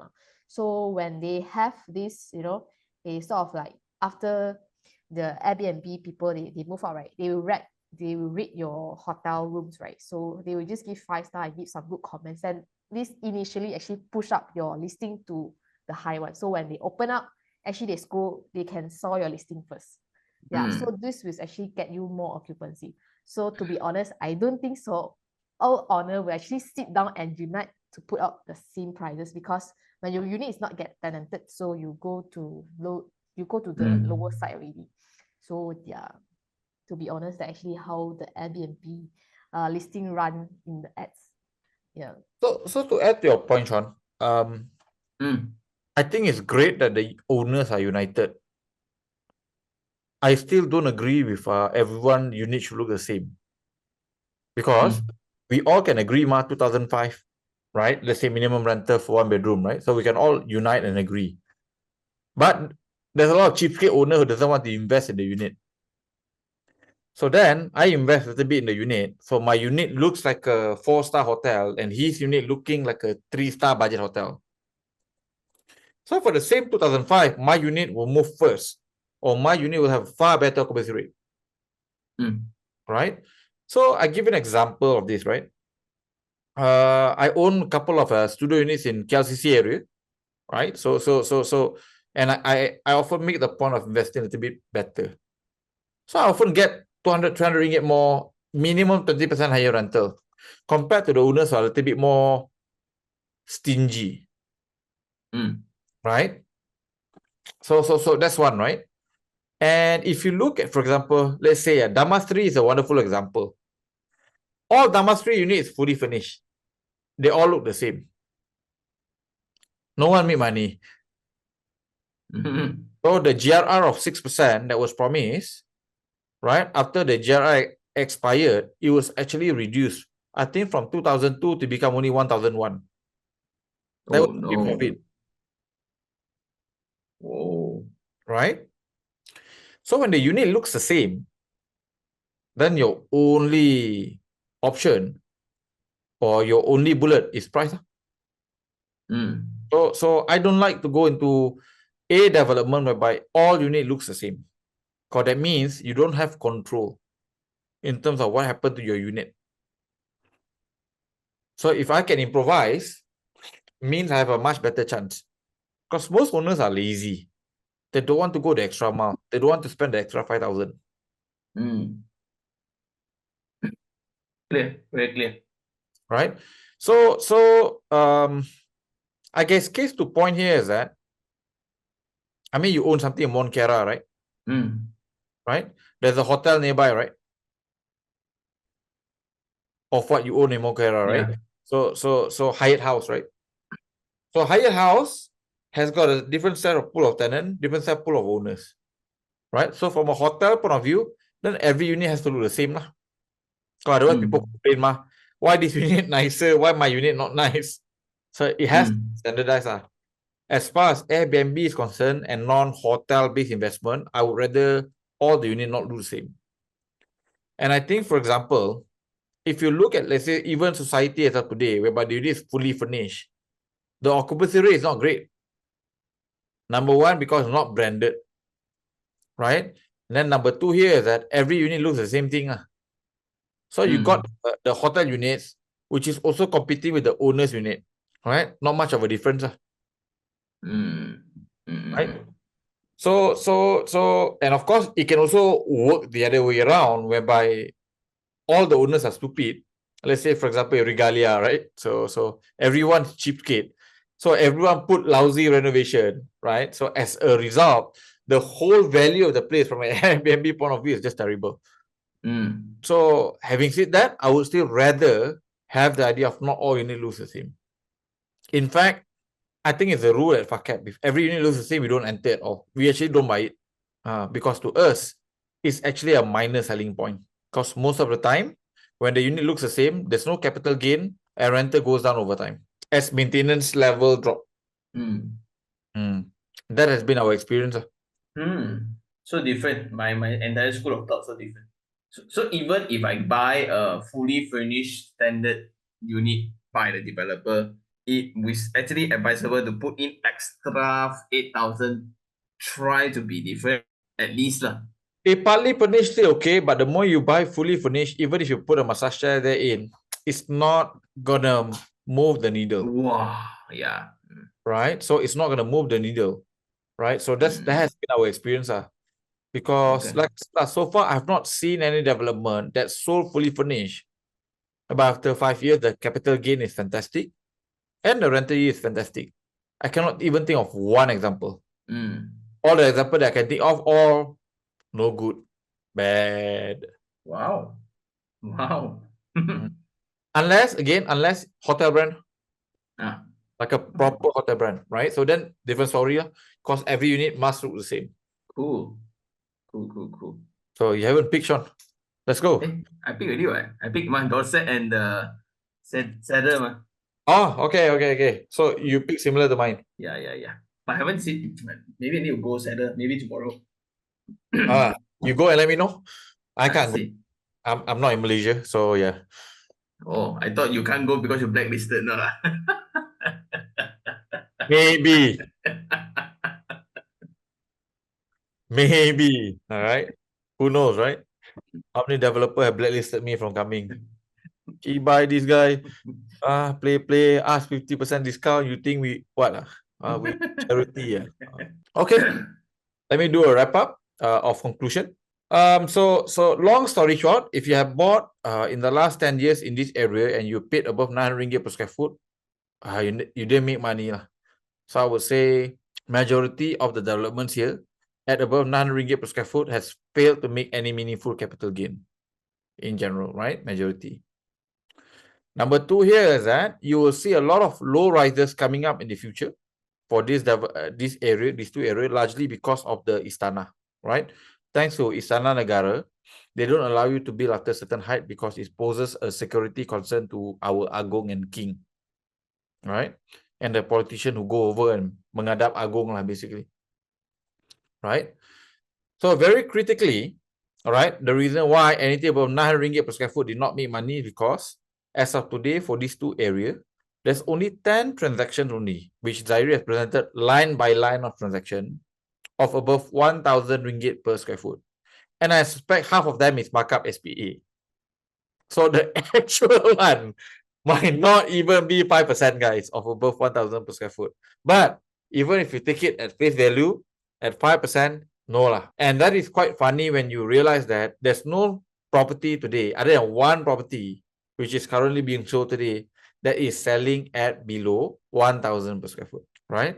So only 5% saja, 10 in the last 2 years. So again, in tier 1, I think if you go to Jalan Ampang, you go to Bukit Bintang, you go to TRX, you go to KLCC, the story has been the same. The new properties are commanding a much better premium on sale, much better premium on rental too.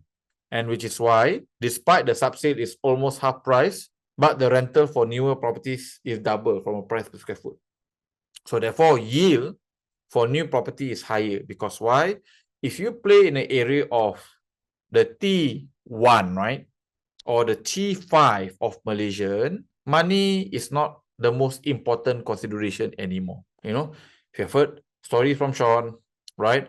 Going to Era, right? And they buy it, you know, it's a pretty normal spec, other than the fact that it's very exclusive, and from a security point of view, it's multiple layers. It's very different consideration. Interest in Damansara Heights, Hartamas is clearly better than Jalan Ampang. So if you are picking between the three, screw Jalan Ampang, guys. There's no liquidity.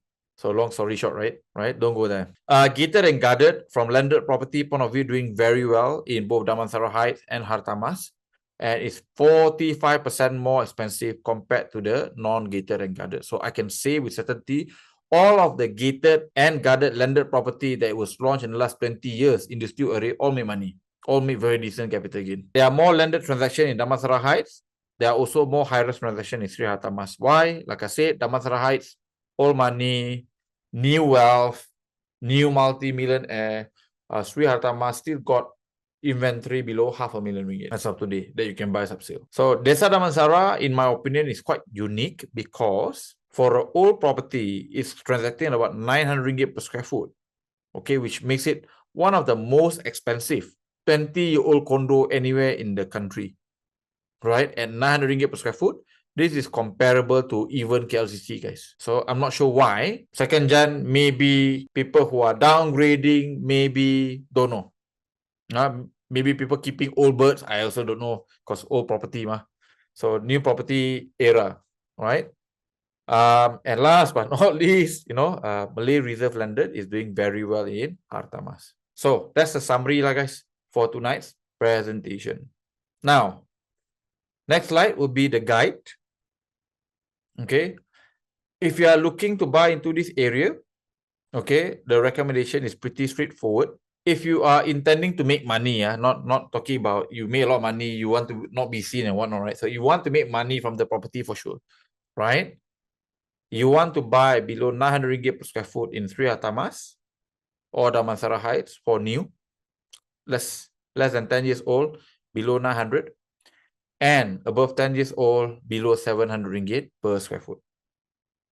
Okay, so that's the price point. If you were to be able to go and enter, you will most likely make more money. Okay, so that's our recommendation for anyone looking to buy into these two areas. So from opportunities point of view, we think Sri Hartamas is better, represent a better upside, given the fact that it's just next to Damansara Heights, but it's considerably cheaper, at least from a high-rise point of view.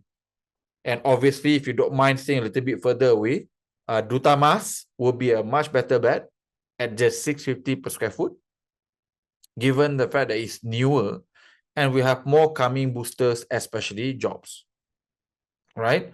So I don't know if you can see already, newer areas often beat older areas in the same tier. Bangsa South beat Bangsa. Desa Park City beat Sri Hartamas, beat Damansara Heights, beat Jalan Ampang to shame in the last 10 years. So Dutamas, we think, within the King's Triangle belt at 650 per square foot makes a lot more sense.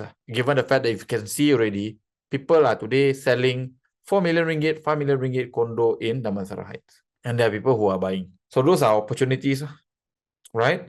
So last part of the presentation, obviously, will be a disclaimer just to share what we have bought in the area. So we have bought in Hartamas below 900 ringgit per square foot, and that was pre-COVID. So today is doing not too bad. Probably the only property, the only one or two property that actually made money in this discussion tonight, right? We bought a below 900 ringgit per square foot. Today yield is about above 6%. Capital gain is still below 10%, but okay lah. Got some capital gain, not so bad. Okay. Now, we are also looking to launch something in this area, right? This is going to happen next week. We are very close at getting a deal here. And we're probably going to be the first party who's able to buy this area at below 800 ringgit per square foot, right? Which makes it the cheapest entry price in the last 10 years in both Damansara Heights and Sri Hartamas. So that's our next deal at Far Cap. So when we tell you to not buy above 900 ringgit per square foot, again, as usual, we don't talk cock. We are telling you that there are parties who are able to go and do it, and we are basically one of them. And we are basically really walking the talk, right? So we're quite happy to be able to go and secure that deal, because that means our client is going to buy actually quite way below 800 ringgit per square foot. Pretty low density, given the fact that a lot of the new high rises at the pavilion sites is well, it's quite high density, a lot of units, and it's going for double or what this is, right? So yeah, we're quite stoked, quite excited. Property come with unblocked KLCC skyline view too, right? So very happy, and it's a completed property, right? So again, when I tell you to buy below 900, we walk the talk. Our deal pre-COVID was below 900, and today we are entering a deal at below 800 ringgit per square foot in this area. Okay? Completed. Completed. Wow. Well, there's only two lah, so you pick one. There's only two lah to get from lah, so you can pick one lah. So obviously our pick today, right? Previously it was based on the existing public price point lah. Under this price point, then we can say no, this one lah. No brainer. There's no argument. Okay, everything is above 1,000 per square foot. So we are buying at below 800. So yeah. So right. So that's basically capping it for tonight, and I think we can move to Q&A lah. I think there's a very real possibility we can end before 12:30, guys. So last bit, just to share, our next deal is going to be in this area below 800 ringgit per square foot, right? We're also looking to launch something nearby TRX below 500,000 for a dual key property. We are buying in Dutamas at below 600 ringgit per square foot today. We are buying Bukit Jalil OUG at below 550 per square foot today. And we're going to have a super new launch where developer uses Far Capital platform, but clients can buy property with LRT access, rooftop pool, and access to KLCC via LRT at below 250K. So I don't know whether you guys are aware, in all of this area from Sri Hartamas to this TRX area, to this Dutamas area, to Bukit Jalil OUG, and even anywhere next to LRT, we are literally buying at the cheapest price point that the market's ever seen in the last 10 years. So, wanna buy safe? Join us, right? Long story short. Okay. So, this is going to be our next webinar, which is going to be next Sunday for people who are interested to become a client. scan the QR code, click on the link that is given in the chat, and then I guess we'll see you next Sunday. All right? If you want to join us to go and buy wonderful properties, cheapest in the last 10 years. So let's go, guys, with Q&A. Okay, so let's go with the first question.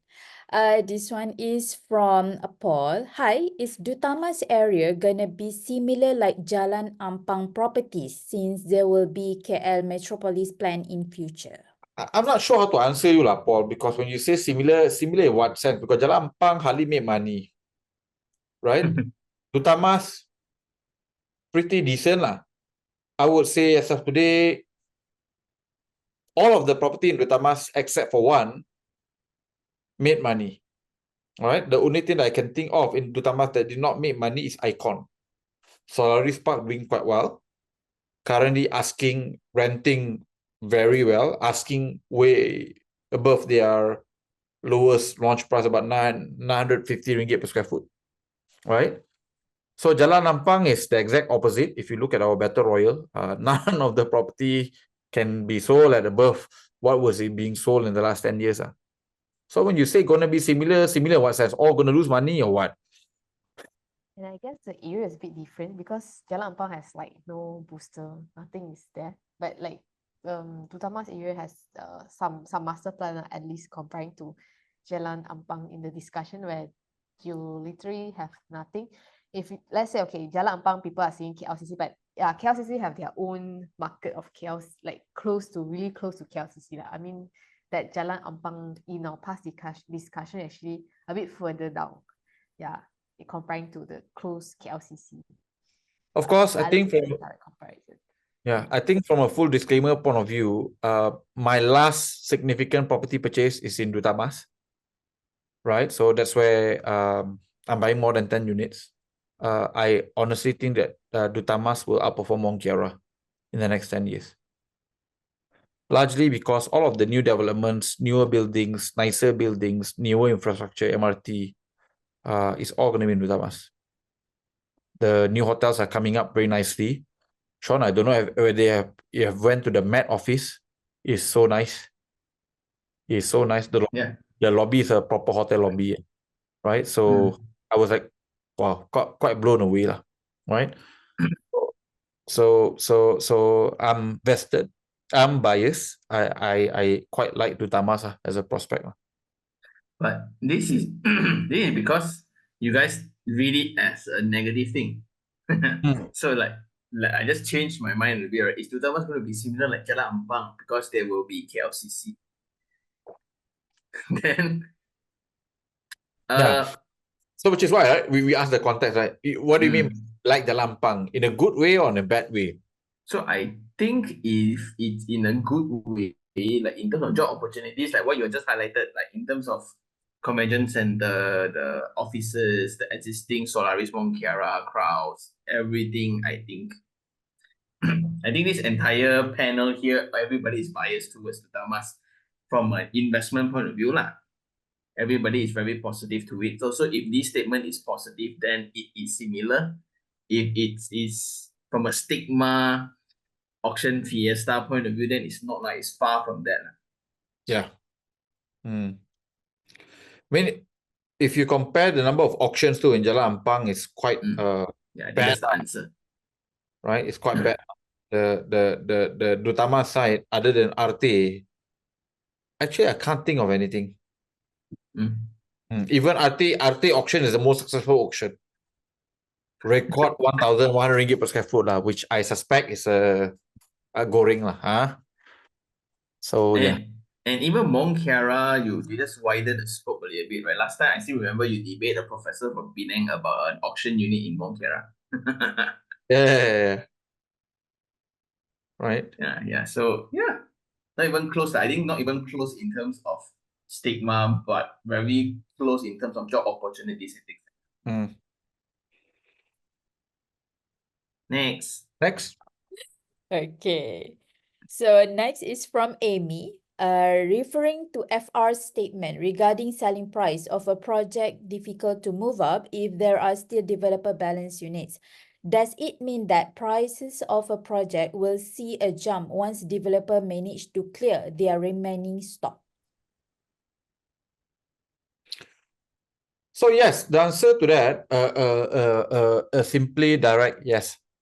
Because until the developer competing with the subsale owner can never win. All right? Developer can easily lower the price point by 5, 10, 15, 20%, right? Over the next couple of years. You as the owner, if you bought 1,000 per square foot, you sell at 20% cheaper, 800. Wow, you have to pay additional to the bank, right? And there's just no way you can do a zero moving cost when the developer can do it. So typically what we see here is that it's quite interesting, right? So normally upon first 12 months of VP, you see the most number of auctions, NPL and all that. Rental is at the lowest. So you will see the real value of the property within the 13th month all the way to 36 months after VP. That's when you see maximum rental being achieved, right? So developer will then still try to sell unit, and every year the unit becomes unsold. They normally sell cheaper, right? They normally sell cheaper. So yeah. So will it jump? I don't know, because it really depends back on the fundamental. But at least you have a hope of selling. I don't know about jump price, but you at least have a hope of selling at least at the price that you bought after the developer has cleared the inventory. Otherwise, you're screwed.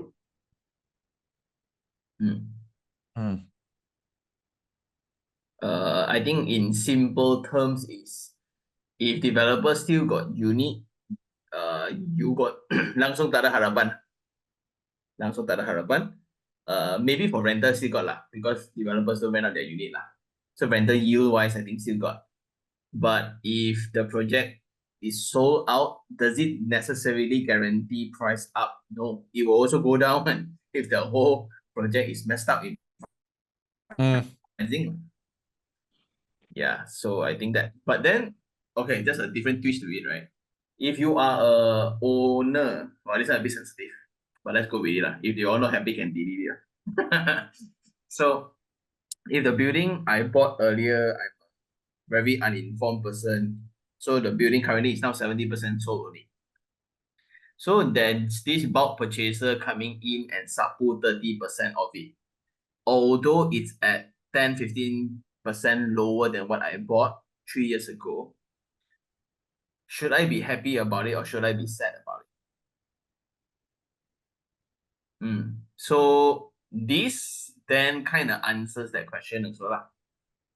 Like, I think for a lot of buyers who don't know last time what to do, they bought something that's wrong. People come and clear all the remaining stock. When you go into the second hand market right now, the competition is still that 30% who got lower than you lah. But then now you can compete in terms of view, in terms of orientation and things like that. 10-15% probably in the long run, your price will still go up lah. Like, yeah. That's my point, no? So I think it's when you determine success, immediately you lost lah, right? Yeah. Immediately you made a mistake lah. But in 5-10 years time, when all is sold out, then it goes to open market, then maybe you can use your excuse me, your skill set or to renovate to do your unit better or whatever, to kind of do that leap in profit lah. It tells a lot, because it takes 4 years to complete, right? So it really tells a lot about the price that you enter lah. Why it cannot be sold within that 4 years, which is very long. I think something wrong. So you're probably paying above the market, or market can't really accept the price during the time you're buying lah. So yeah. The point that I'm trying to get to is, imagine you are the earlier buyer who bought, right, 1,000 per square feet, now hand over keys already, still got 30% unsold. Then developers sell cheaper to a bulk purchaser, although it's underground, but we all know, right? What should you feel about it? Should you be pissed off at the developer because what the fuck? They sold 30%, so I lose 30% indirectly. Secondly, do you rather have it empty, still with 30%, or should I be happy that now it's fully sold? If I were to give my honest answer, I think bulk purchaser is never a good thing for an owner who bought a cheaper price point. Bulk purchaser will always be bad news, right? Yep. So there's just no way to comfort someone. Hey, I bought something 200,000 cheaper. There's just no way lah, right? We have 30,000 clients, right? And we have people coming and streaming. Even our latest launch, fuck you. You know, you guys enter 550 per square foot. I paid 2 years ago at 720, right? And I say, well, that's part of the job, bro. Right? And it is what it is. And there's just no way to comfort, right? So then there's a different school of thought that I want to offer, right? So there are bulk purchasers that I think is a force for good, and then there are bulk purchasers who I think is up to no good. So if you are dealing with the latter, whereby their play is only buy cash back, do a bunch of fucking fraud shit, right? Or house 20 Bangladeshis, right, to make it sustainable, or do Airbnb and encourage prostitution. So these are all, not only they buy cheaper, they will just bring the property value down. Does that make sense? Yeah. Right? And then you got a different set of group whereby they've got a bit of a long-term POV and they want to build the property long-term. So you only piss one time when they buy cheaper. But eventually you begin to realize that these guys actually came in and increased rental value by 20, 30, 40%. So you are unhappy that these guys bought at 20% cheaper. But because of them now, the place has got a track record of 40% higher rental. Right? They will never give credit, right, to people like us. Nonetheless, but it's positive lah, from an owner point of view. Because again, most owners don't know what they are doing. So I give you an example, right? We bought something in Eli. So we bought the cheapest thing in the building, and you know lah, we are the largest, and a lot of people are just, you know, maybe too free lah, just plain jealous, right? And as usual, property VP adalah 5 unit for auction, right? SPA 500,000, auction 200,000. And then mulalah buat cerita and all of that, right? So number one, when the place has got 2,000 units, 5 units, 10 units of auction is nothing. It's not even 1%. Okay. Number two, right? We are operating a completely different game. Right? While the agents are harping rental of 1,001, all of our cap client who paid 300,000 get rental of 1,008. Long term. No co-living, nothing. No room additional. Long term 1,008. And last month we just signed a corporate deal, right, with the airline. And do you know how much is the rental rate we're getting per unit? The one that client bought for 300,000? 3,004, bro. Whoa, in Eli. In Eli. Right? So again, you got a bulk purchaser who can, in a way, invest in infrastructure to allow the value to be fully unlocked, to make it become even better. So obviously it's for their clients, like what we are doing at FACAP. But will it not help the other people? Bullshit, come on. It's going to help everyone. Yep. Right? But the moment you have people paying 3,004 for our units, you go and offer unit at 2,000, you think people don't want? Sure got lah. Right? Yeah. So it's going to be these things. So for example, when we educate client to not, similarly, right? So one of the beauty of what we are doing here is that we tell client, this is the minimum rental. And people come to me all the time and say, but agents say only this. So what? Change your agent. Right? Yeah. But personally, I think I don't blame the seller. I don't blame the bulk purchaser. Why should I why should I blame the person who managed to get a lower price than me? Right? I should be pissed off at the person who is willing to sell at lower. To me lah. So that's why now, right? Like I also been very open book about this. So like after being with you guys, like dealing with you guys, right? Technically, I will not buy personally from those clients of yours anymore. You get what I mean? So, those we work with Faizul, then I wait lah. I chill Checklist first. already, yeah. Then for those who don't like Faizul, okay lah, I buy direct lah. That one okay. So that's Don't my like strategy. Faizul yet, don't like Faizul yet, yet. Yeah, so I think that's my current compass of investing. Because like the rule that we always like we have similarity is to get the lowest in the market. I don't care who you are. Like auction ke, sub-sale ke, whatever. Lowest in the market, jadi. Then, yeah lor.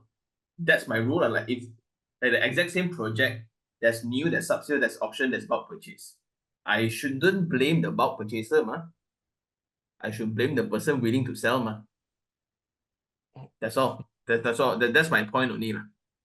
That's why sometimes I would argue that whether it's a seller or the buyer, at the end of the day, you still overpaid. And the reason why people overpaid because they fail to do due diligence. But you see, Sean, in the most ideal world, if everyone is fully informed, right, and people literally watch our Battle Royale, right, no one will overpay. And that will force the developer to bring the price down to where it's reasonable that people can actually afford to go and buy it. But my counter argument to your argument here is that because there are so many uninformed people, right, who overpay, that has resulted to us having two batches of property being sold at two different price points. Because if no one overpay in the first place, we all buy this price. Fair? But because got people who overpay, and there's a lot of people who overpay, because the market was never fully informed. Right? And to me, at the end of the day, it's like you own a watch lah. Sure, the market value of a Patek Philippe is 200,000. But can you be upset if someone want to sell something at 100,000? It's his watch, ma. His fucking problem lah. At the end of the day, he needs the money, right? So he can sell whatever price he wants. So to me, it's all about willing buyer, willing seller. I don't think anyone is good or anyone is bad. At the end of the day, people just have to remember lah. It's just fucking business lah. Developer wants to sell property to you to make money. And developers sell property to FACAP to also unlock cash. They might not make money, but they need to unlock cash. Right? So there are different considerations.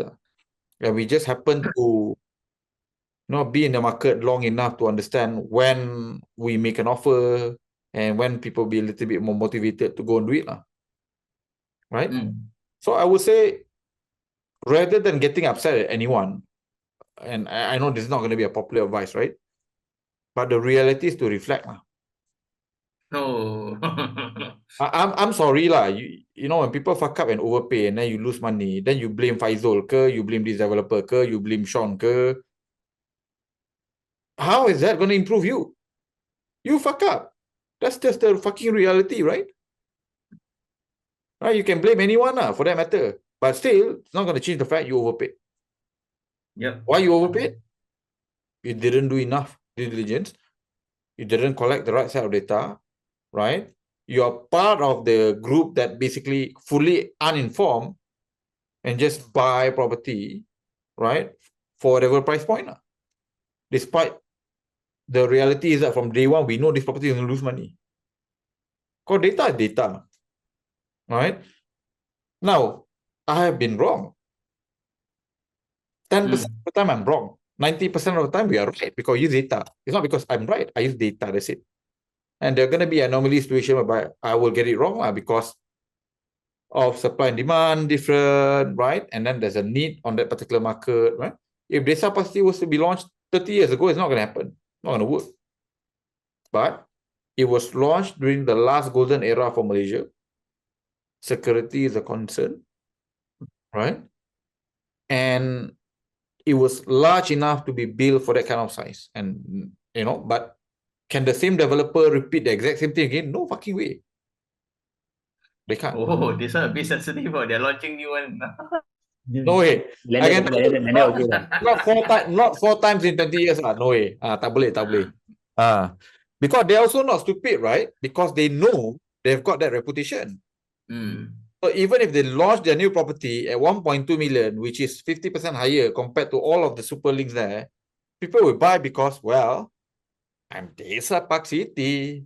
I've got this record, right? So, and people will just, oh my God, please, I beg you, give me your property. I want to buy. For sure, make money on. Right? So that's just the reality of how people behave, right? People do what is predictable. And developer knows it. So, you know, if you are losing money from investment, you do better. You personally have to do better. Agree. Well, this episode we talk a lot about a lot of names. We drop a lot of names this episode. Really? Okay. Okay. Sorry for sidetracking. Next. Luckily, we only have 2 questions. More. Okay. Next question is from Lucas. With the recent surge in new developments in the North Kiara, Segambut area, such as Merinda Hills, Paperas, and Anjali, do you foresee any potential negative impact on rental and price yields for existing properties in the Hartamas area? Again, the size is actually different. In Segambut, I mean in North Kiara, okay. The size, the spec actually quite different comparing to today's markets for Hartamas. So I don't think the rental and price will be on the negative sides with the upcoming supplies in the North Kiara area. Even looking at today's Segambut, like the area is actually not really comparable to Mont Kiara, even though they might offering almost similar sizes for all like for the concept of family oriented layout, but it's still not comparable. Yeah. It's not sharing the same access. That's the thing. If it's sharing the same access, probably might impact, right? But here you're talking about one in Segambut, one in Hartamas. So I won't consider these 2 areas. I might consider Mont Kiara or Hartamas, right? So it's a bit too far to consider if you want to stay in the area. My take on this is that unless, for example, the ones in Segambut, let's say, for example, all launching at 300 ringgit to 400 ringgit per square foot, then it's a problem for Hartamas, which average subsale today at 700 ringgit per square foot, right? So you buy new 10-15 minutes away, less favorable area, but half price is a problem to the existing area. But brother, which property that you know of in this North Kiara Segambut side selling below 500 ringgit per square foot today? Gila, tak ada. If anything, it's all closer to about 600. Some of it is even 700 ringgit per square foot. It's very comparable to Hartamas. So because of that, the more they launch at this price point, the cheaper Hartamas looks like. Does that make sense, Lucas? So it's all about the price point of the new launch. Now, if anyone knows any basic construction, you already know. There's just no way in Segambut you can launch below 500 ringgit per square foot. So I think we're going to be fine. Right? It becomes a problem when someone sells 400 ringgit per square foot and below in Segambut. And thousands of units there. Then yeah, it will steal away people who are looking to buy something in Hartamas. But at this price point, not really. Number one. Number two, Hartamas is really next to Damansara Heights, which is actually the actual comparison, tier 1 versus tier 1.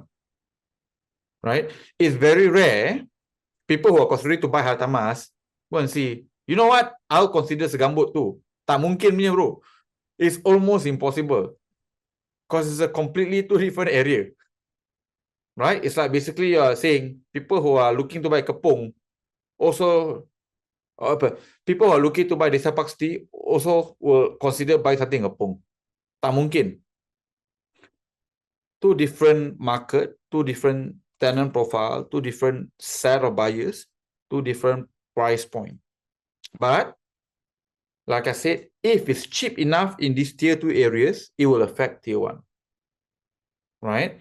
But when the price point of new property also 600 ringgit per square foot there, you top up 150 ringgit per square foot, you can buy something in Hartamas. A lot of people will just say, might as well buy Hartamas. At least I can claim I stay in Hartamas. I stay next to the king. Literally. Right? Okay, so moving on to the last question. At Segambut, you can only say you stay next to Tuan. Because there's a development called Tuan Residence. So itu saja. Hartamas, you stay next to the king. Right? In Segambut, Tuan. Jaga-jaga Tuan. Hartamas, Raja, King. Baginda. Dutamas, maybe Datuk lah kot. Duta, Datuk kan. So, a bit similar kan. But Hartamas, King bro. So, sikit pun tak sama lah. King's Triangle. That's why we call it the King's Triangle. So, for developers watching this, feel free to go and use it. Right? The King's Triangle. Okay, all right. So moving on to the last question. This one is from TS. I think in Malaysia, high-rise property is oversupplied. Tenants who are willing to pay will always choose a newer or better property. Consequently, new properties will cannibalize the ROI of old properties. Hence, one should not hold a property for too long. Please comment.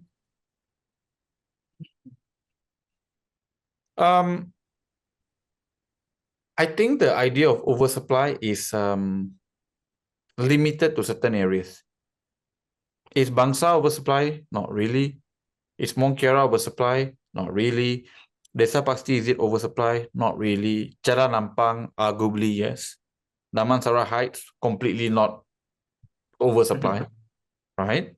So if you look at most of the areas, highly desirable areas, it's actually more undersupply than oversupply. Right? PJ, Subang, across the board is undersupply. Obviously, if you're referring to Cyberjaya as Malaysia, then maybe yes, it appears to be oversupply. You know what I mean? Or you stay in Vertica or Razak City, 5,000 unit. Okay, Asia looks oversupply. Yeah, from that context, right? So I'm not going to disagree, right? So that's one. Number two here is that what you say is very logical, right? Tenant new versus old, they will always prefer new, subject to the new not being priced at a much higher premium compared to old, right? Which is why part of 7 criteria, we teach you guys new versus old. Kalau boleh, if the premium is less than 20%, means you are looking to buy, let's say, old area, let's say Hartamas, right, today, right?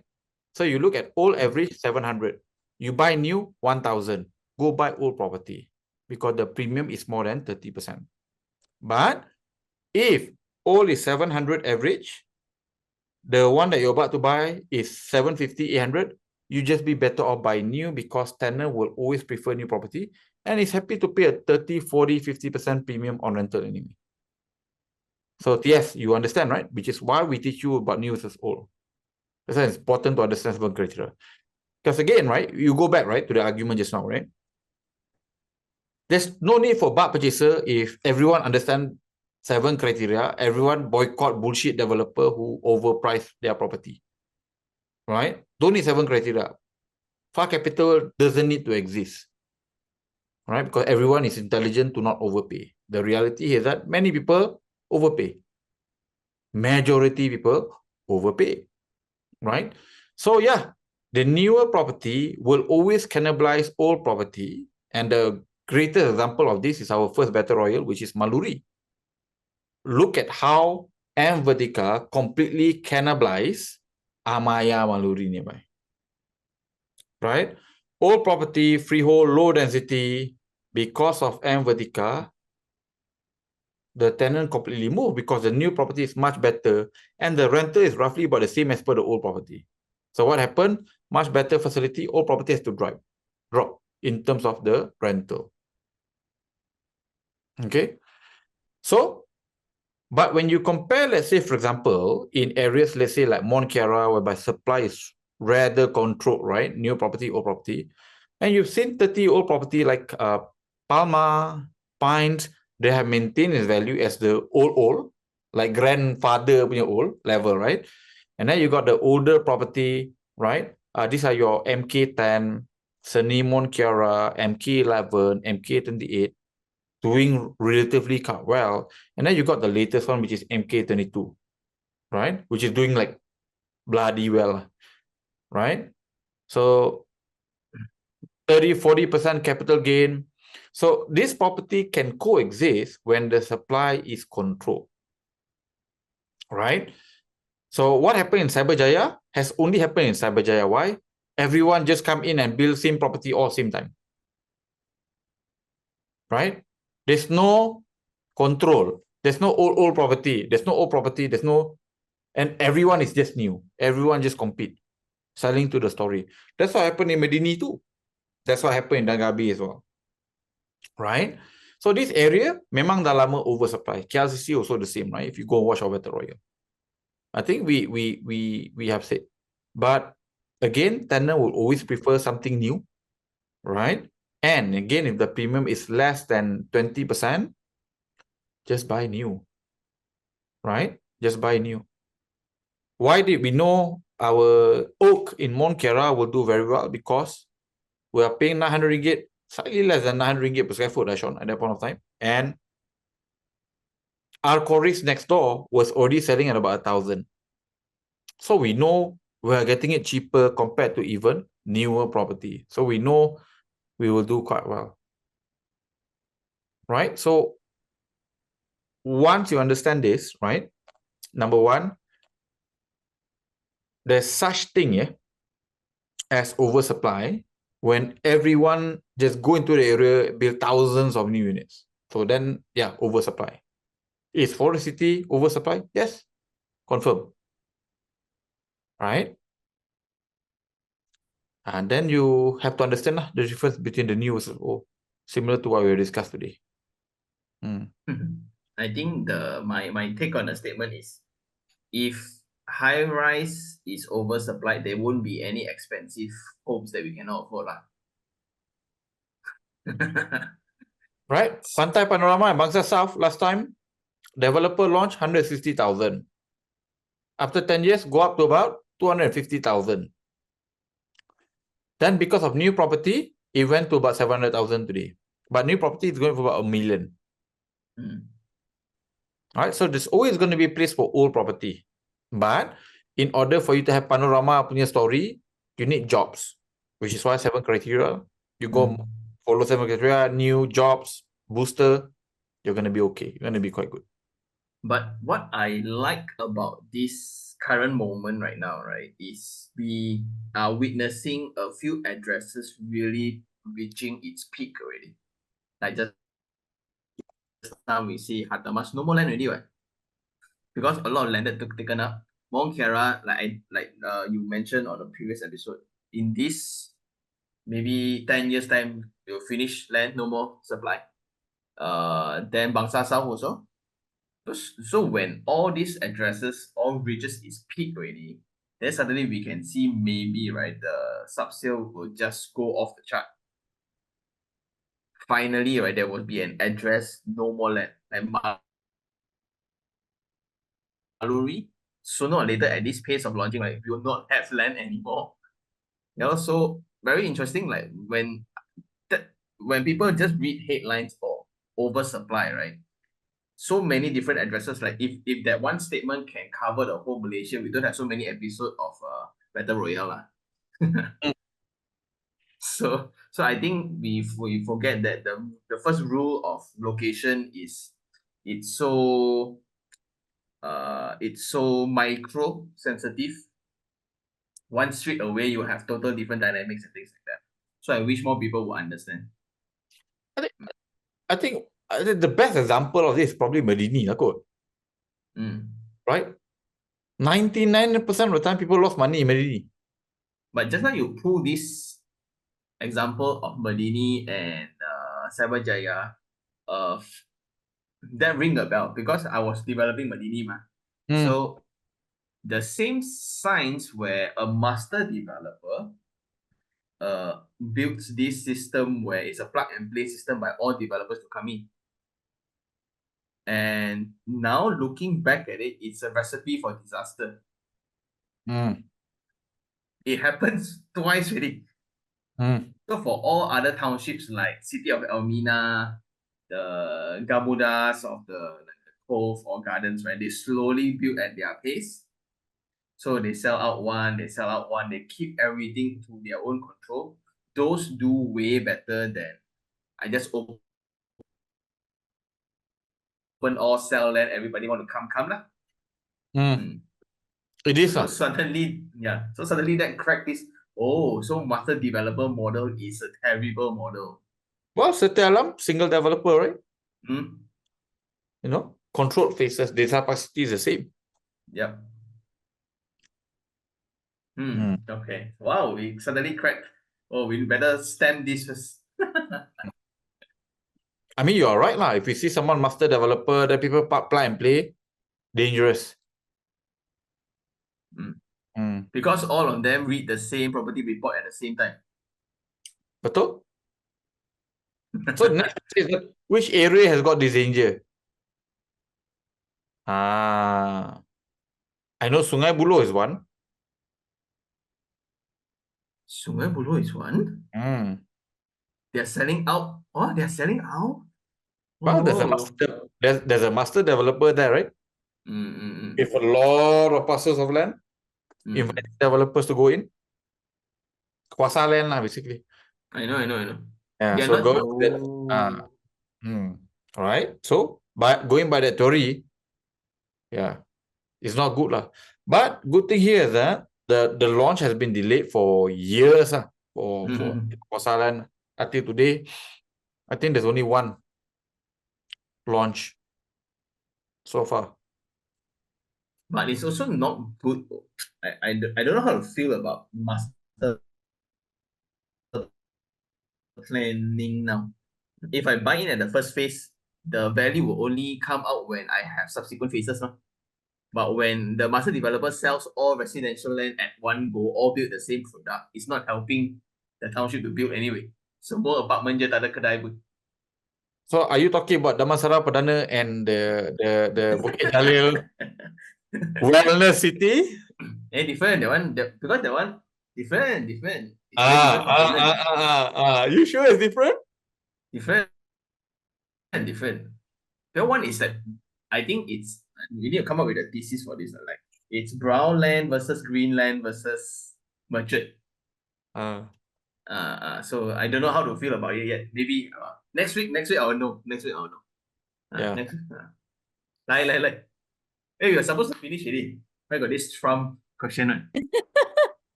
Okay. one last. So this one is from Sue. If Trump wins, what will happen to property market in Malaysia? Long story short, it's going to be great. Well, it will be a 30 minutes explanation. Right? So we're not going to cover it. So if you want to have the short answer, it's going to be pretty good. Trump is pro-business. Right? He does business for a living. So trade will be restored properly. People will behave a little bit better. Malaysia will continue to, not side with anyone and continue to be the beneficiary. War will stop. That's the most important thing. Actual war will stop. Then you got trade wars. So trade wars is a negotiation. But as long as actual wars being put down, I think it's great for Malaysia property. I think Kamala is a continuation of Biden's policy. Right? And Biden's policy has been, well, quite positive towards instigating wars. That's what we have seen in the last 4 years. So it's not good for the world.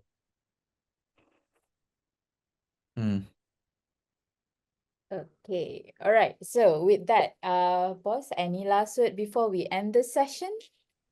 Thank you guys for joining. Finally, we have a session that we can end by 1. Very happy. Thank you, everyone. Good night. Thanks for joining. Bye, guys. All right, that's all. Good night, guys. Jangan lupa Bye. register kita punya campaign. Itu punya tu. Nak bagi down payment rumah, and we're gonna have a lot of exciting new launches below 250,000 nearby LRT, below 500,000 dual key dekat TRX, right? So even for Hartamas, we're gonna buy the first one at below 800 ringgit per square foot in the last 10 years. So see you guys there. Bye, everyone. All right, goodbye.